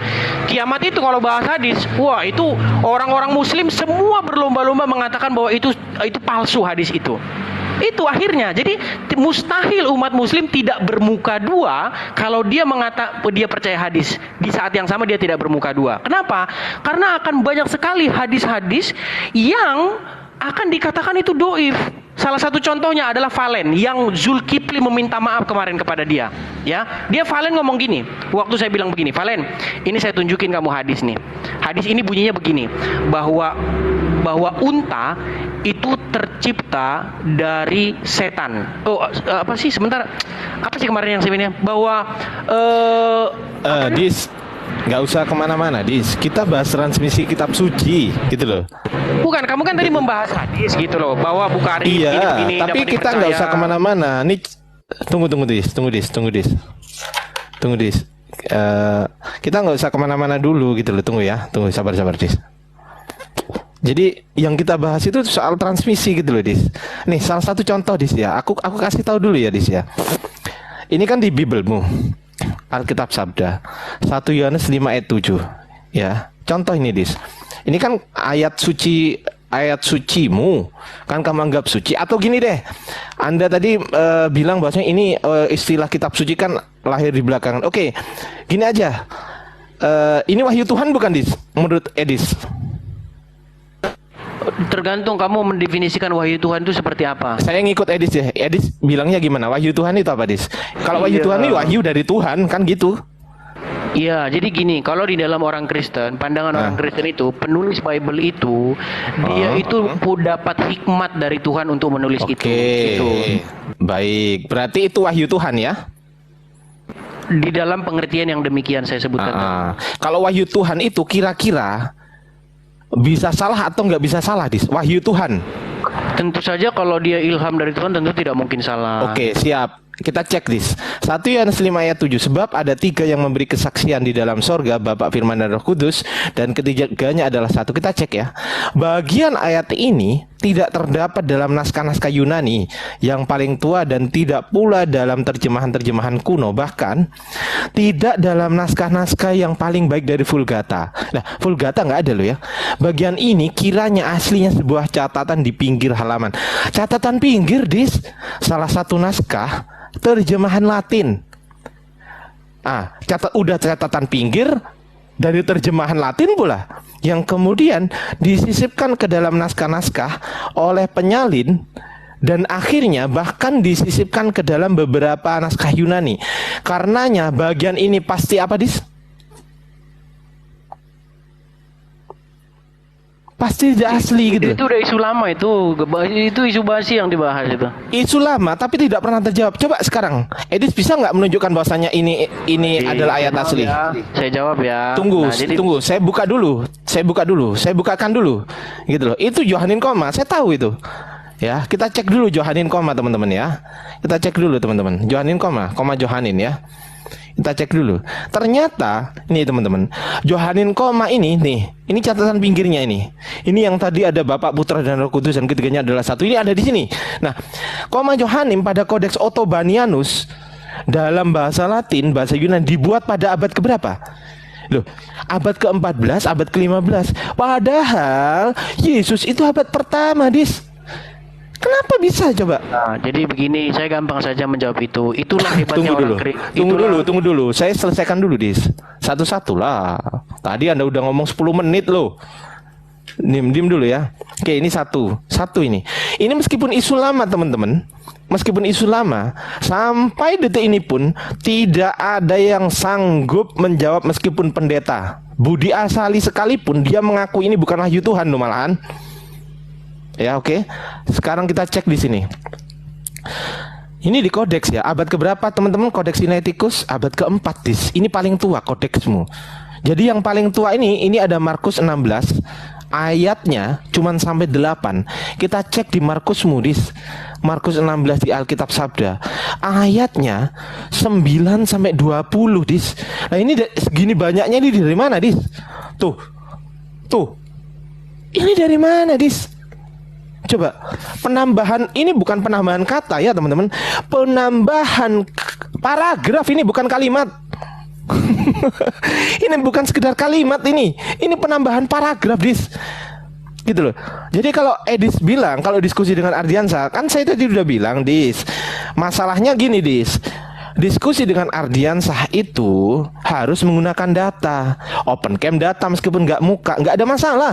Yang penting open cam data, gitu loh. Itu yang Ardiansah mau, gitu loh.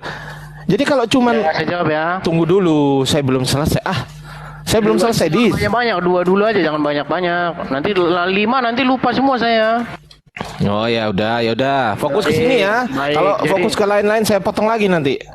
Baik ya, jadi pertama penambahan isu lama ya dalam kurung, dan ketiganya adalah satu. Jadi yang jadi pertanyaan oleh Ardiansa di sini adalah apakah itu firman Tuhan. Jadi begini Ardiansa ya. Jadi penambahan dan ketiganya adalah satu, itu diakui oleh orang Kristen. Itulah jujurnya orang Kristen itu. Ya, kemudian tadi penutup Injil Markus tadi ya. Ini bagian ini nggak ada. Ini ditambahin ini berparagraf ini ditambahin. Nah, orang Kristen itu masalahnya mengakui itu gitu loh. Nah, sekarang begini, masalahnya manuskrip itu bukan hanya kodeks Sinai dan kodeks Vatikanus. Memang kodeks Sinai dan kodeks Vatikanus itulah kodeks yang masih lengkap, yang masih utuh. Hanya saja ada juga kodeks-kodeks yang lain yang dia tidak lengkap tapi dia lebih tua gitu Oke, loh. dari mana diambil, dis? Kodeks mana? Jangan ditambahin dulu. Nanti Enggak, saya tanya. selesaikan. Edis kan bilang tadi ini dari kodeks yang selain Sinaiticus itu tadi. Nah, saya cuman mau nagih aja sih, dari kodeks mana ini yang katanya lebih tua. Silakan, Dis. Baik. Jadi pertama begini, di bagian itu ya, itu ada dua kubu memang. Ada yang mengatakan itu tidak asli, ada yang mengatakan itu kemungkinan besar itu para penyalin itu menambahkan apa yang ada tertulis di Lukas atau apa yang ada tertulis di Matius. Seperti itu. Jadi mereka saling menambahkan, bagian itu ditambah yang dari Lukas, bisa juga yang dari Lukas mengambil yang bagian dari Matius, seperti itu. Itu jawabannya. Nah, kemudian begini, sekarang kalau seperti saya bilang tadi ya, apakah umat muslim mau menggunakan standar yang sama gitu loh? Mau nggak menggunakan standar yang sama? Kalau mau menggunakan standar sama, nggak apa-apa. Kalau sendiri ya munafik camanya. Gini, saya kasih contoh istilah syahadat. Istilah aku bersaksi tiada Tuhan selain Allah dan Muhammad Rasul. Apa ada dalam Quran? Kan nggak ada. Itu kan juga tambahan. Tapi apakah syahadat itu bertentangan dengan Al-Quran? Kan enggak. Sama dengan istilah dan ketiganya adalah satu. Itu nggak bertentangan kok dengan Bible, keseluruhan isi Bible. Yesus mengatakan Bapa dan Aku Oke, adalah cukup, satu. Dis. Nggak ada. Cukup, Dis. Sebentar, biasa selesaikan dulu. Satu Udah lagi. cukup. Bukan yang paragraf tadi loh, yang penambahan paragraf. Itu dari mana? Kodeks mana, Dis? Nah, tadi kan sudah saya jawab, ya kan? Dari kodeks mana? Kemungkinan besar itu dari Matius atau adalah dari Lukas, penambahan itu. Iya, maksudnya kodeksnya itu loh yang saya tanya, kodeks mana? Di kodeks Sinaiticus, kodeks Vatikanus ada bagian itu. Gak ada di kodeks Sinaiticus, Dis. Coba kamu bacakan dulu. Astagfirullahaladzim. Nih, Tadi kan kodeks saya Sinaiticus bilang, ya. Markus itu kan- 16. Iya, Tunggu Markus dulu. 16 mengambil Ayatnya dari sampai Matius. 8. Nah, 9 sampai 20-nya di mana? Iya, seperti saya jawab tadi, sebagian orang Kristen mengatakan itu tidak asli, sebagian lagi orang Kristen mengatakan pasal selanjutnya itu kemungkinan besar ditambahkan dari manuskrip Lukas atau manuskrip Matius ataupun dari manuskrip sebelumnya, seperti Kok itu. bisa, Dis? Kok bisa gimana? Ya bisa aja. Coba kenapa ya. bisa? Ini dari orang Kristen sendiri, textandcanon.org, Text and Canon Phonic Seminary. Edis kan bisa bahasa Inggris. Coba dibaca. A case against The longer ending of Mark. Coba dibaca ini. Coba dis. An argument. Coba dis. Baca aja. An argument that Mark 16:9 sampai 20 is not original and so not inspired scripture. Gitu loh. Jadi ini bukan wahyu Tuhan, bukan naskah. Coba kita cek di sini teman-teman ya. Ini dari langsung ya, Text and Canon Institute ya. Ini bukan punyanya orang Islam teman-teman. Coba kita tunggu dulu. Nih aku buka ini ya.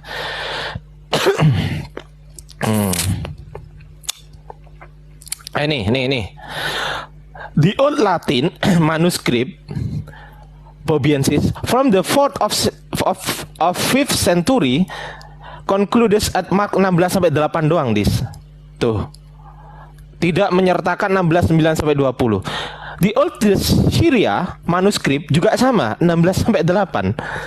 The oldest Coba Sahidi. kita baca dulu aja isi Tunggu dari dulu. tambahannya itu gimana? Bunyi isi tambahannya itu gimana? Tunggu dulu, saya selesaikan dulu, Dis. Ini saya baca data soalnya. Edis dari tadi nggak bawa data loh. Oke ya. The oldest Sahidic manuscript. Ini Dis. Makanya kenapa jarang yang berani debat dengan Ardiansa soal ini gitu loh, Dis. Karena dia nggak bisa bawa data gitu loh. Ini from the 5th century. Ends at 16:8 juga. The earliest. Tunggu.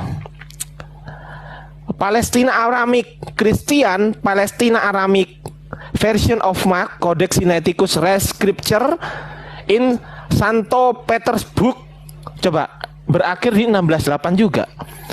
The oldest Armenian manuscript going back to the 9th century malah abad ke-9. Ini juga 16:8. The oldest Gregorian manuscript juga 16:8. Nah, pertanyaan saya simpel sebenarnya, Dis. Tadi Edis kan mengatakan itu diambil dari Lukas, Matius, Yohanes. Coba ya, kita cek dulu ya. Kita cek dulu. Jadi jangan ngarang gitu loh, Dis. Kita cek ya 16 ayat 9 ya. Ini kan di Bible-mu. Kita cek bagaimana pendapat bapak-bapak gereja, Dis. Nah, ini. Ini kan. Ini aku kasih biru-biru gini deh.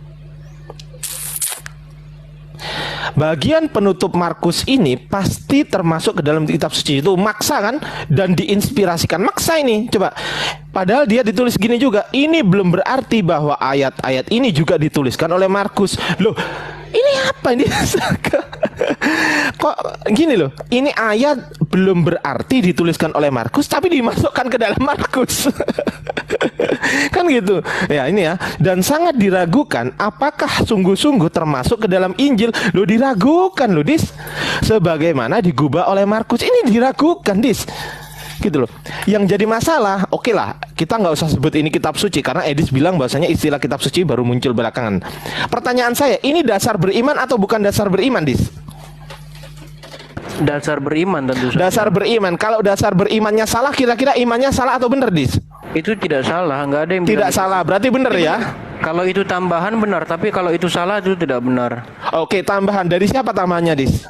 Iya, makanya kalau itu kita baca keseluruhan dari ayat 9 sampai ke ayat terakhir ayat 20 itu sama persis dengan apa yang tertulis di dalam misalnya kitab Lukas, Injil Lukas maupun Injil Matius. Bagiannya sama. Itu kan cerita tentang kebangkitan Yesus, kemudian ada Maria, kemudian Yesus menampakkan diri dan lain sebagainya, kemudian diberi makan mereka dan sebagainya. Itu kan ada bagian-bagian itu di Lukas dan di Matius. Iya mana? Tunjukkan di mana? Coba contoh Coba nih kita ya. baca aja ya. Gini aja, biar enak aja gini. Coba dibuka Markus pasal yang ke-16 ayat yang ke-9 sampai Oke, ini aja itu. deh. Ayat ke-18. Contoh. Mereka akan memegang ular dan sekalipun mereka minum racun maut, mereka tidak akan mendapat celaka. Mereka akan Ya ini kan saya buka, Dis. Sabar, ini tulisan Yesus. Ini kalau ini kan hitam, oke lah. Kita fokus di merah deh. Nah ini kan merah. Ini kan merah. Atau fokus di hitam juga gak ada masalah sih. Tapi pertanyaan saya, ini ayat dari mana gitu loh? Ini kodeksnya dari mana? Makanya berarti dari Lukas ditambal ke sini, dari Yohanes ditambal ke sini, dari Matius ditambal ke sini. Gitu, Dis. Iya, jadi memang ya kalau kalian belajar sejarah Injil ya ada yang namanya kita bilang itu Lukas maupun Markus itu ada saling menambah dan mengisi gitu. Nah, makanya di bagian-bagian itu, di bagian yang kosong itu tidak bertentangan dengan Injil Lukas maupun Injil Matius seperti itu. Ya masalahnya ini firman Tuhan bukan gitu loh. Nah, makanya tadi saya bilang lagi istilah firman Tuhan itu kita beda. Kalau istilah firman Tuhan itu Tuhan ngasih buku seperti di dalam Islam itu tentu saja gitu. tidak gitu loh. Oke, berarti firman Tuhan menurut Edis adalah Firman Tuhan itu kalau dalam sudut pandang Kristen begini, Tuhan berkarya di dalam kehidupan manusia. Misalnya nih, saya kasih contoh ya, Tuhan mengutus Yesus, ya kan? Kemudian Yesus melakukan mukjizat. Nah, ada orang-orang yang melihat itu. Nah, ditulislah itu. Nah, ditulislah dalam buku, jadilah buku. Ah, itulah firman Tuhan di dalam pikiran kami. Kalau dalam Islam kan Allah ngasih buku gitu kepada Muhammad. Nah, itu kami nggak percaya. Buku gimana? Jangan framing. Ah, kapan Iya, Allah itu ngasih dalam buku Islam. itu? Dikatakan, Zalikal kitabu la raiba fihi. Iya, apa artinya kitab? Apa artinya kitab? Semua manusia tahu artinya kitab itu buku. Kataba. Coba diulas secara kataba. Nih, begini Setelah ya, Mas. kataba apa? Begini Bang Ardiansa. Yaktubu. Uktub. Kataba yaktubu uktub. Apa artinya? Dia tadi ngomong panjang lebar saya nggak dipotong nih. Loh, Bahaya, iya, Mas. masalahnya gitu, Dis. Oke, konsen di sini ya. Konsen di sini, Dis. Contoh nih, Dis. Ini di satu Tawarik, ini di satu Tawarik Alkitab ya. Sabda ya. Alkitab Sabda. Ini contoh, salah satu contoh, Dis. Bahas umurnya berapa? Enggak. Ahazia ketika Enggak itu, Dis. Dengerin dulu makanya. Dengerin dulu. Abigail melahirkan Amasa dan ayah Amasa ialah Yeter, orang Ismail itu. Kita cek bahasa aslinya ya. Orang Ismail. Orang Ismail berarti Yismail. Oke, bener ini. Kita cek sekarang. Bener ya. Jadi Yeter atau Yitra ini orang Ismail. Kita cek di sini. Di 2 Samuel 17:25. Absalom telah mengangkat Amasa menggantikan Yoab untuk mengepalai tentara. Amasa adalah anak seorang yang bernama Yitra atau Yeter, seorang Ismail. Kita cek. Kalau Ismail bener ini berarti bahasanya. Kita cek di sini, Dis. Seorang Ismail. Kok Israel? Coba tunggu. Kita cek teman-teman di bahasa aslinya. Di berapa tadi? 2 Samuel 17:25. Kita cek langsung di ya bahasa Yunaninya. Edis kan pinter nih bahasa Yunani. 17:25. Kita cek. Saya nggak belajar bahasa Yunani saya. Oke, saya kasih tahu ya. Saya kasih tahu Dis biar tahu ya. Nih 25 ya teman-teman. 2 Samuel 17:25 ya. Oke. Ah, di sini tulisannya gini, Dis. Di sini tulisannya gini. Israelites.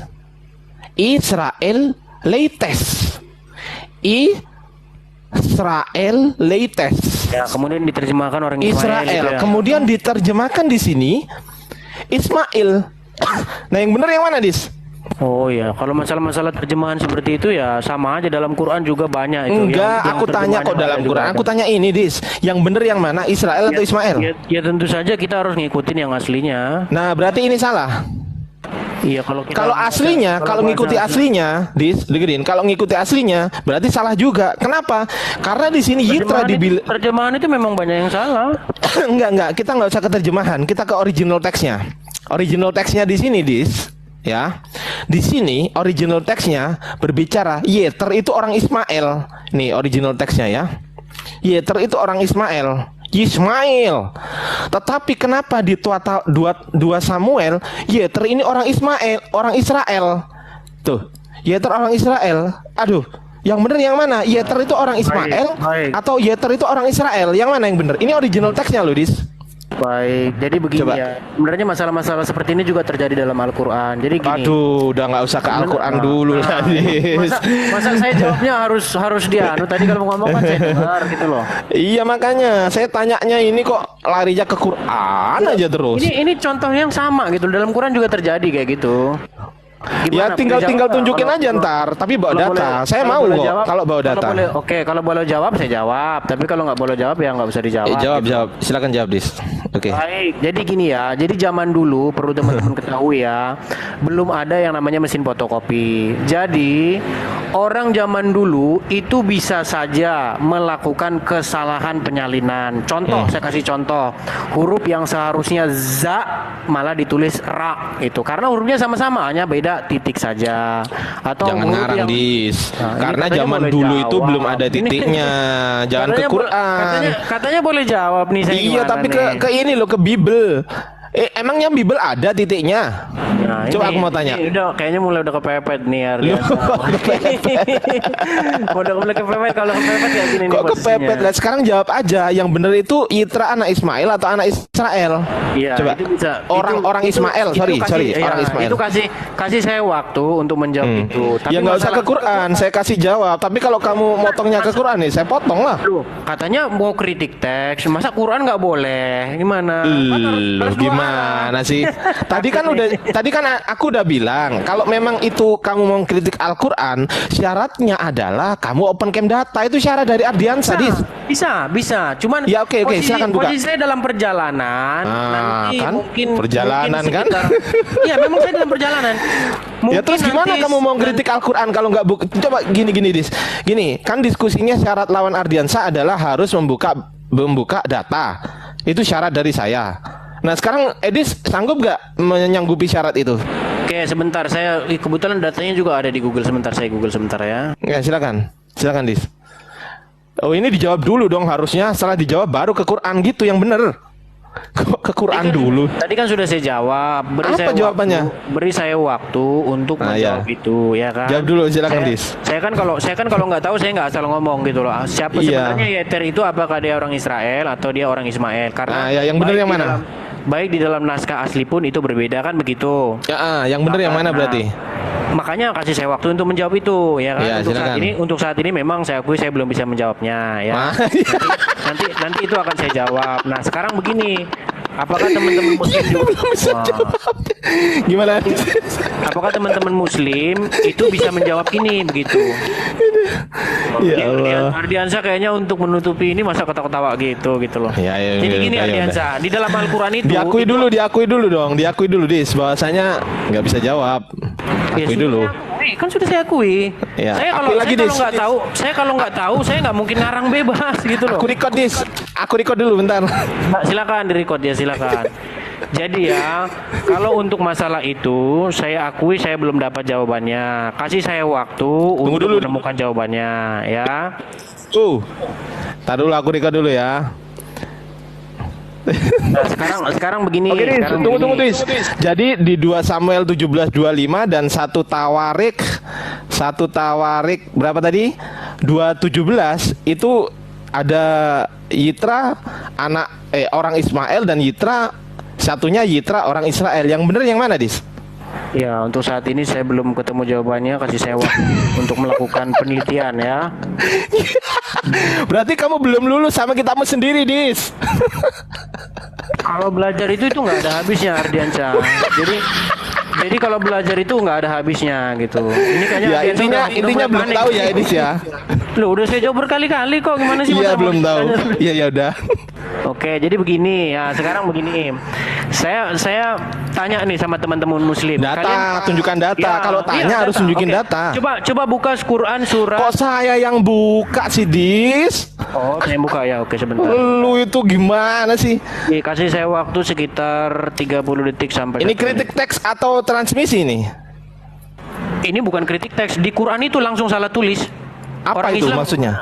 Ini makanya Oke. makanya saya kasih tahu. Saya juga buka di sini deh. Lu buka di situ, aku juga buka di sini. Tapi yang bertanggung jawab untuk mempolemikkan itulah yang berkewajiban untuk membuka, kan gitu. Betul sekali. Nah, iya. Ayat berapa? Dis, ditanya ayat berapa kok? Surat Al-Kahfi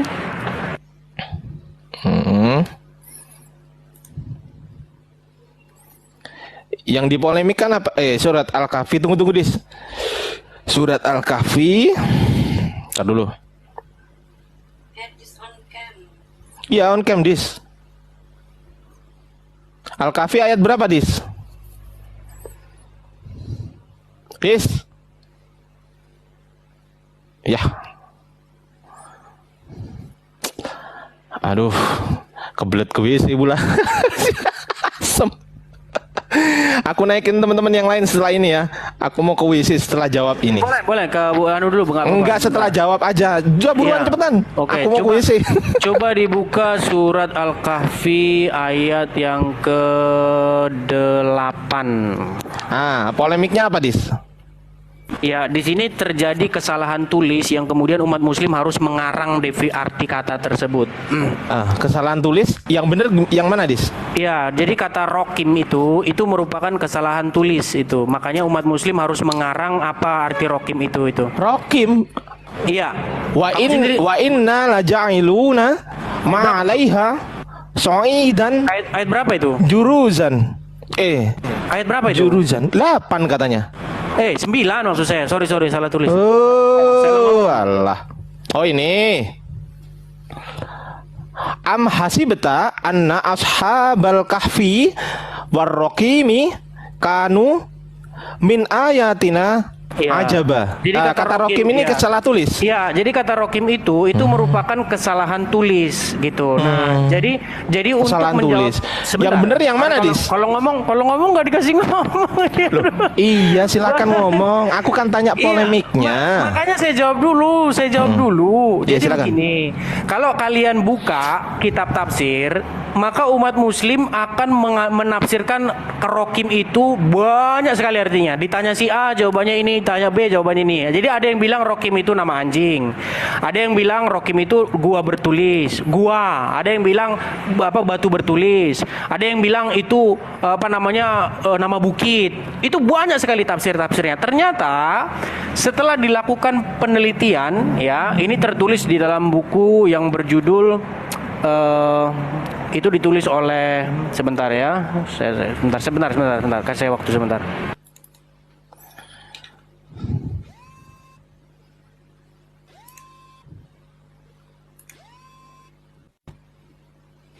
Bahas di sebuah buku yang berjudul The Syrian Dis, Migration. tunggu dulu, Dis. Aku ada telepon, bentar ya. Tunggu. Aku ada telepon. Silakan.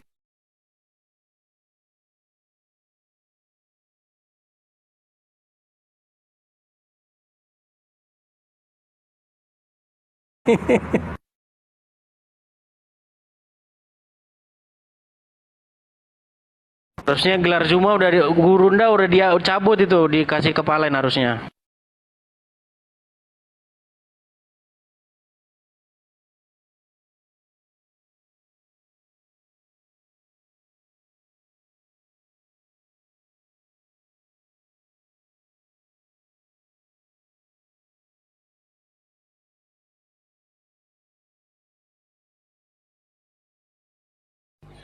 Lu jangan kayak gitu, Dis. Gua ada telepon dari orang lain juga. Lu jangan bikin anu lah. Tar dulu. Surat Al-Kahfi ya tadi ya. Tar dulu ya. Aku buka dulu di sini, Dis. Kesalahan tulis ya, Edis bilang ya. Al-Kahfi Ya, 18 dan itu banyak, bukan satu. Setidak-tidaknya ada. 18. Saya bisa tunjukkan contoh-contoh lain itu, bukan Tunggu cuma dulu. satu. Ini waktu. Tunggu dulu. Bismillahirrahmanirrahim. Surat Al-Kahfi. Kahfi 8 itu. Saya pegang tadi, kalau kamu orangnya skeptis itu harusnya masuk itu. Tunggu dulu, sabarlah. Am hasibta ya. Tunggu ya. Am hasibta. Tunggu teman-teman. Am hasibta. Berubah nggak? Kita cek teman-teman ya. Am hasibta.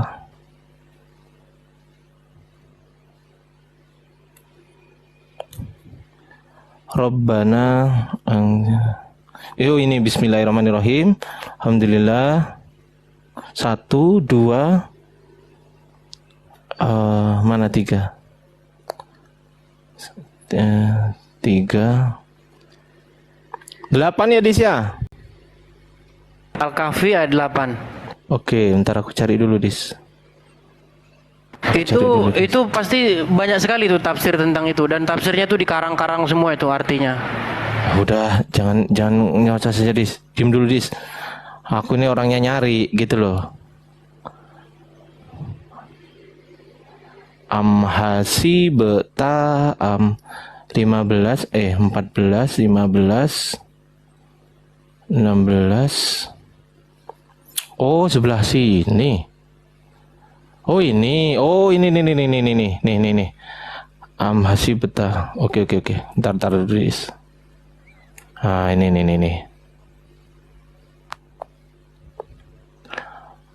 Hasibta ashabu 9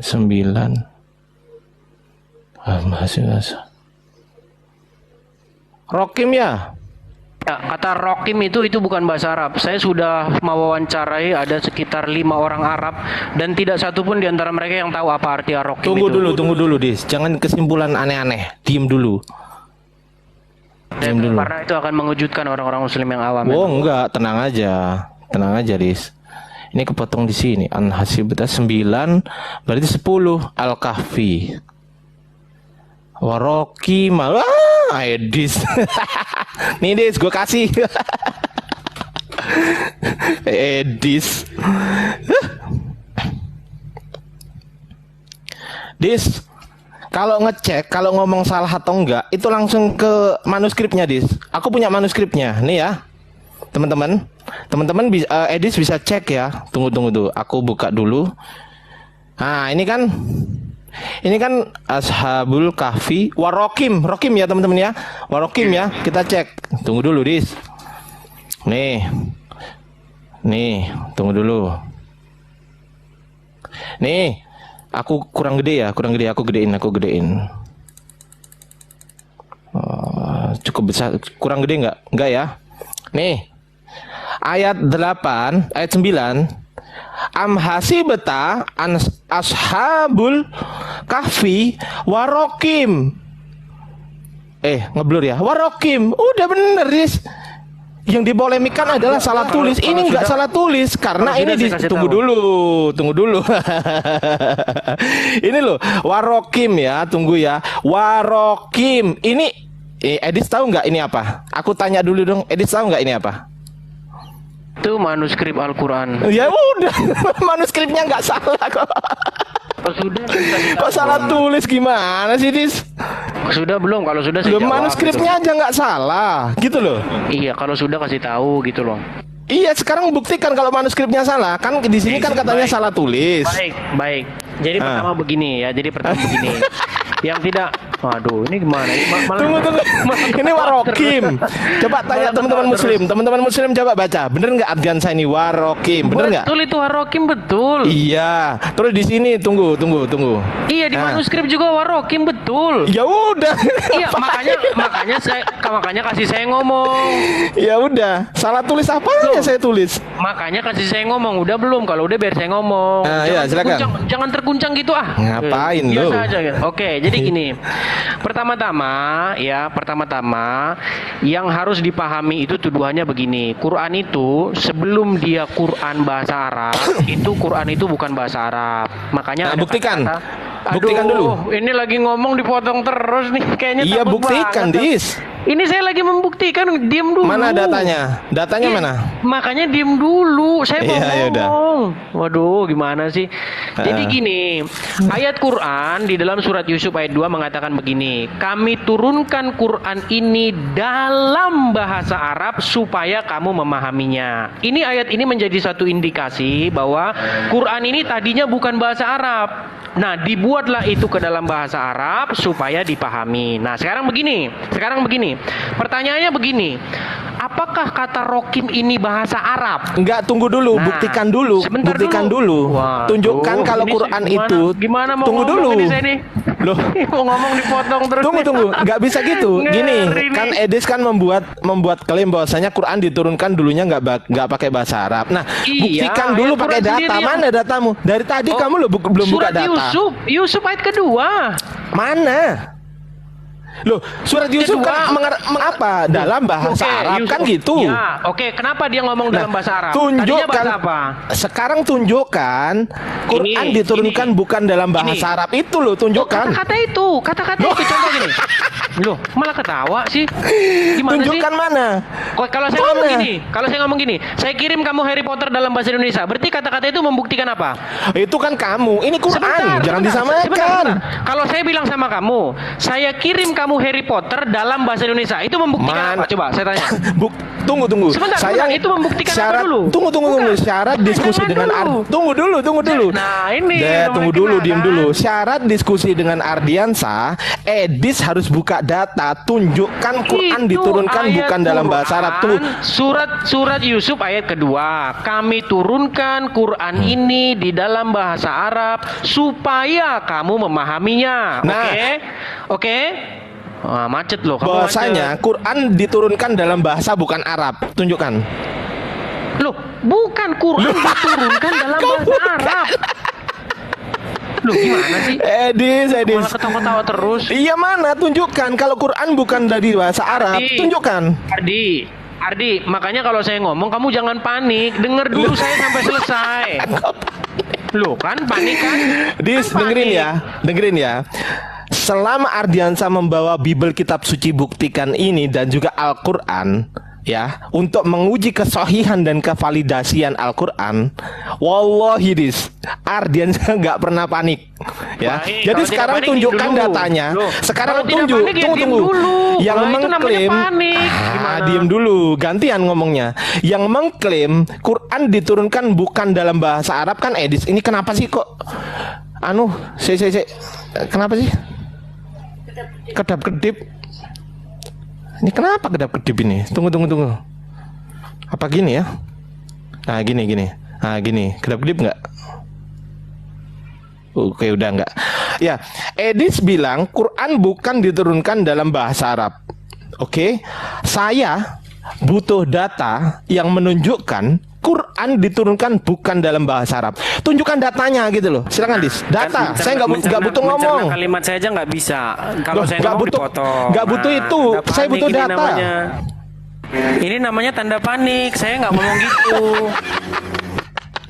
Thank you. Cuma yang saya Datanya ngomong mana, apa? Dis? Yang saya ngomong apa? Datanya mana? Yang saya Kan kamu ngomong- bilang Quran diturunkan bukan dalam bahasa Arab. Sekarang tunjukkan ke saya. Saya nggak ngomong begitu. Loh. Saya nggak ngomong begitu. Loh. Berarti Ketawa sebelumnya lagi, Quran diturunkan bukan dalam bahasa Arab kan gitu. Nah, sekarang tunjukkan kan? bahasa apa? Nah, ini makanya cerna dulu omongan saya. Cerna omongan saya. Kok berubah lagi? Yang ngomong berarti tadi siapa? Thank you teman-teman. Yang ngomong berarti. Kamu malah ketawa terus. Kok saya kapan ngomongnya? Ya udah silakan. Data Dis. Saya Nah, nggak kan bisa ngomong diskusi nggak lagi. pakai data masalahnya. Ini panik dia Loh, kok teman-teman. panik gimana sih? Masalahnya gini Dis. Ardiansa ini nggak bisa Jangan diskusi panik nggak dulu, pakai data kasih nggak saya bisa. ngomong. Yang Kamu mana jangan datanya? panik dulu kasih saya ngomong. Ya, oke, Tadi silakan. dibilang Yusuf ayat kedua kok. Silakan. Gini, kamu dengerin saya ngomong dulu makanya. Nih, surat Yusuf ayat kedua berkata begini, kami turunkan Quran ini dalam bahasa Arab supaya kamu memahaminya. Nah, kata-kata ini membuktikan bahwa Quran itu tadinya bukan bahasa Arab, kemudian dirubah menjadi bahasa Arab supaya kamu paham. Saya kasih kamu contohnya. Saya kasih kamu contoh gini. Ardiansa, saya kasih kamu Harry Potter dalam bahasa Indonesia biar kamu paham. Sekarang saya tanya sama kamu Ardiansa. Kata-kata itu membuktikan bahwa Harry Potter bukan dari bahasa Indonesia, betul? Ya kalau kamu ngomong dari Harry Potter, kemudian kalau kamu ngomongnya sama saya yang bukan Harry Potter, yang saya nggak senegara sama Harry Potter, ya iya. Tapi permasalahannya ini yang ngomong siapa? Sesungguhnya kami itu siapa? Penulis Al-Quran. Ngarang. Lu memang penulis Al-Quran. Terus siapa yang ngomong gimana? Ngarang. Kami kok penulis Al-Quran. Lu terus siapa? Kami kok penulis Al-Quran. Berarti penulis Al-Quran menurunkan Al-Quran gitu. Iya. Gimana? Memangnya kamu percaya itu dari Nggak Allah perlu. gimana? Berarti penulis Al-Quran menurunkan Al-Quran. Berarti penulis Al-Quran itu ada di atas sehingga diturunkan gitu. Nih, saya kasih tahu. Iya. Penulis Al-Quran mengatakan kami menurunkan Quran ini dalam bahasa Arab supaya Penulis kamu Al-Quran memahaminya. taunya dari mana? Penulis Al-Quran tahunya dari mana? Dari kitab terdahulu yang namanya Keriana. Manik. Tadi dari Kiriana. Coba saya mau tanya, penulis tadi Edis sudah mengklaim penulis Al-Quran taunya dari kitab terdahulu, dari kitab Kiriana. Kan gitu. Tadi orang telepon itu ngasih tahu dia, kamu jangan kasih Edis ngomong nih. Enggak, bukan urusan lain, urusan bisnis itu. Urusan bisnis kok. Ngapain sih? Urusan bisnis, saya tuh jual ikan. Jual bibit ikan saya itu. Jangan kasih dia ngomong itu. Saya jual bibit ikan gabus. Teman-teman yang mau pesen Rp1.000 per ekor. Saya jual minimal pembelian minimal 1.000 ekor. Besok saya mau kirim 4.000 ekor ke Jakarta. Udah. Paham? Oke, gini Ardiansyah. Paham nggak? Ngomong nggak? Saya boleh nggak ngomong paham nggak? Tunggu. Paham nggak? Paham. Saya boleh Apa? ngomong Saya nggak? jual apa? Alah, serius lah dikit. Saya boleh ngomong Lah nggak? makanya jangan framing. Tunggu, dia bilang penulis Al-Quran itu ngambil kitab yang terdahulu yakni Kirene. Nah, Keriana. Oke. Sekarang saya tanya, di antara penulis Al-Quran itu siapa yang mengambil? Nah, itu mereka anonimus itu. Kok tahu? Aduh, iya. Aduh, perut gue sakit. Kok anonimus? Ujung-ujungnya anonimus. Begitu ditanya siapa? Anonimus. Siapa anonimus? Udah deh, jangan ngarang. Udahlah, kalau nggak tahu tuh bilang nggak tahu. Kami itu katanya penulis Al-Quran. Padahal penulis Al-Quran pada zaman sekarang saya tanya, penulis Al-Quran itu pada saat itu menulis Al-Quran di Makkiyah atau Madaniyah? Jawab.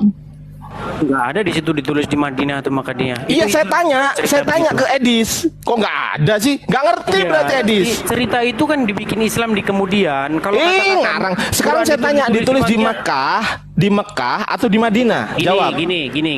Kamu tanya itu menurut Al-Quran apa menurut orang Islam? Loh, menurut sejarah ini. Nggak ada. Itu sejarah itu dibuat-buat terkemudian itu. Nggak ada. Itu Loh, orang kok Islam nggak yang ada sih. Ya udah gini. Ya Waduh. udah, sekarang buktikan kalau sejarah itu salah. Buktikan. Baik. Jadi Mana datanya? istilah Mekah itu Datanya sebenarnya tidak ada mana? dalam Al-Quran. Oh, kata Mekah dalam Al-Quran ada berapa? Astagfirullahaladzim. Datanya saya nggak nerima, cuman congor. Oh, datanya Quran itu datanya. Aduh, kok Quran nih. Tunggu, kok klip saya ini teman-teman. Aku matiin lampu dulu ya. Tunggu. Kayaknya panik nih Ardiansyah Terlalu dari tadi ketawa-ketawa terus. Kayaknya dia udah terguncang teman-teman imannya. Makanya menutupi keguncangannya itu dengan Tunggu. ketawa-tawa terus dia. Ngarang aja. Ini udah nggak klip ya teman-teman. Aman ya? Klip nggak? Yang klip nggak yang? Coba dicek situ. Istilah Madaniyah, Makkiyah itu istilah-istilah yang dibuat Tunggu. belakangan. Buktikan. Itu tidak ada itu. Tunggu. Jangan lari kemana-mana. Buktikan bahwasanya penulis Al-Quran itu ya mengambil kitab apa tadi? Kiriane. Iya, jadi Quran itu asalnya dari Kiriane. Kiriana. Quran itu asalnya dari Kiriana. Sekarang tunggu dulu. Pertanyaan saya, buktikan secara data penulis Al-Quran itu ada berapa? Saya mau tanya, ada berapa penulis Al-Quran? Ada dalam Quran itu penulis Quran ada berapa? Ada. Di mana? Ada berapa? dalam Ya, Al-Quran? secara sejarah ada berapa? Secara sejarah ada berapa? Sejarah itu dibuat terkemudian. Ya udah, Nggak sekarang ada saya tanya itu. ke Edis, ada berapa? Kok ada berapa sih? Itu sejarah. Ya udah, yang sekarang dibuat saya tanya ke terkemudian. Edis, siapa Ya. penulis Al-Quran menurut Edis? Menurut sejarah yang dikarang. Menurut dalam Edis saja, menurut Edis. Iya. Siapa penulis Ini saya Al-Quran jawab menurut nih. Edis? Wah, gimana Iya. nih? Mau dijawab kok panik banget sih? Iya, Ardiansyah? silakan. Kenapa sih? Tadi kita diskusinya tertib. Saya dikasih ngomong. Iya, ya masalahnya kamu Sekarang nggak bawa panik data begini. dari tadi, Dis. Itu yang jadi masalah. Makanya kamu tanya dulu sama saya, datanya dari Quran atau dari umat Islam? Kalau di dalam Quran kamu cari sampai setengah mati pun nggak ada di situ. Quran itu ditulis Zaid bin Sabit, terus diketuai panitia yang bernama Utsman. Ya udah, Utsman membentuk, nggak anggaplah ada. bukan Zaid, Gitu loh. anggaplah bukan Zaid bin Sabit, siapa? Tidak diketahui. Aneh-aneh. Kok ketawa? Tidak diketahui. Loh, lah sekarang kamu bilang ada penulis Al-Quran memang itu. tidak diketahui. Iya. Gimana Berarti sih? kalau penulisnya tidak diketahui, Edis tahu dari mana kalau itu dari kitab Kiriana? Oke, baik. Ini cara membuktikannya begini. Gini. Kenapa itu dinamai Al-Quran? Nah, selidik punya selidik. Umat Muslim sendiri nggak tahu arti Al-Quran. Apa artinya Al-Quran? Apa artinya Quran? Apa artinya? Oke, menurut yang umat yang definisi yang dikarang oleh teman-teman Muslim, Al-Quran Dikarang itu, gigimu itu dikarang. Karang gigi. katanya mau kasih jawab nih. Gimana? Panik banget Dis nih. parah ini. Apa Dis? Apa? Panik mau dijawab kok Iya, panik. apa? Kamu kan Apa? tanya sama saya apa arti Al-Quran. Nah, Iya. menurut definisi yang dikarang oleh umat Islam, Al-Quran itu terbentuk dari kata qoro'a yang artinya bacaan. Ada lagi yang mengatakan artinya mengumpulkan. Ada lagi yang mengatakan itu memang lafadznya begitu. Macam-macam definisinya karena memang umat Muslim sebenarnya tidak tahu apa itu definisi Al-Quran. Nah, para peneliti sejarah, contoh misalnya Christoph Luxemburg, itu telah mengungkapkan bahwa Quran itu Datanya asal-usulnya saya nggak dengar ceramah. Saya nggak mau dengar ya, ceramah. dari buku yang berjudul The Syrio-Aramaic Reading of Quran, gitu. Buka datanya open cam.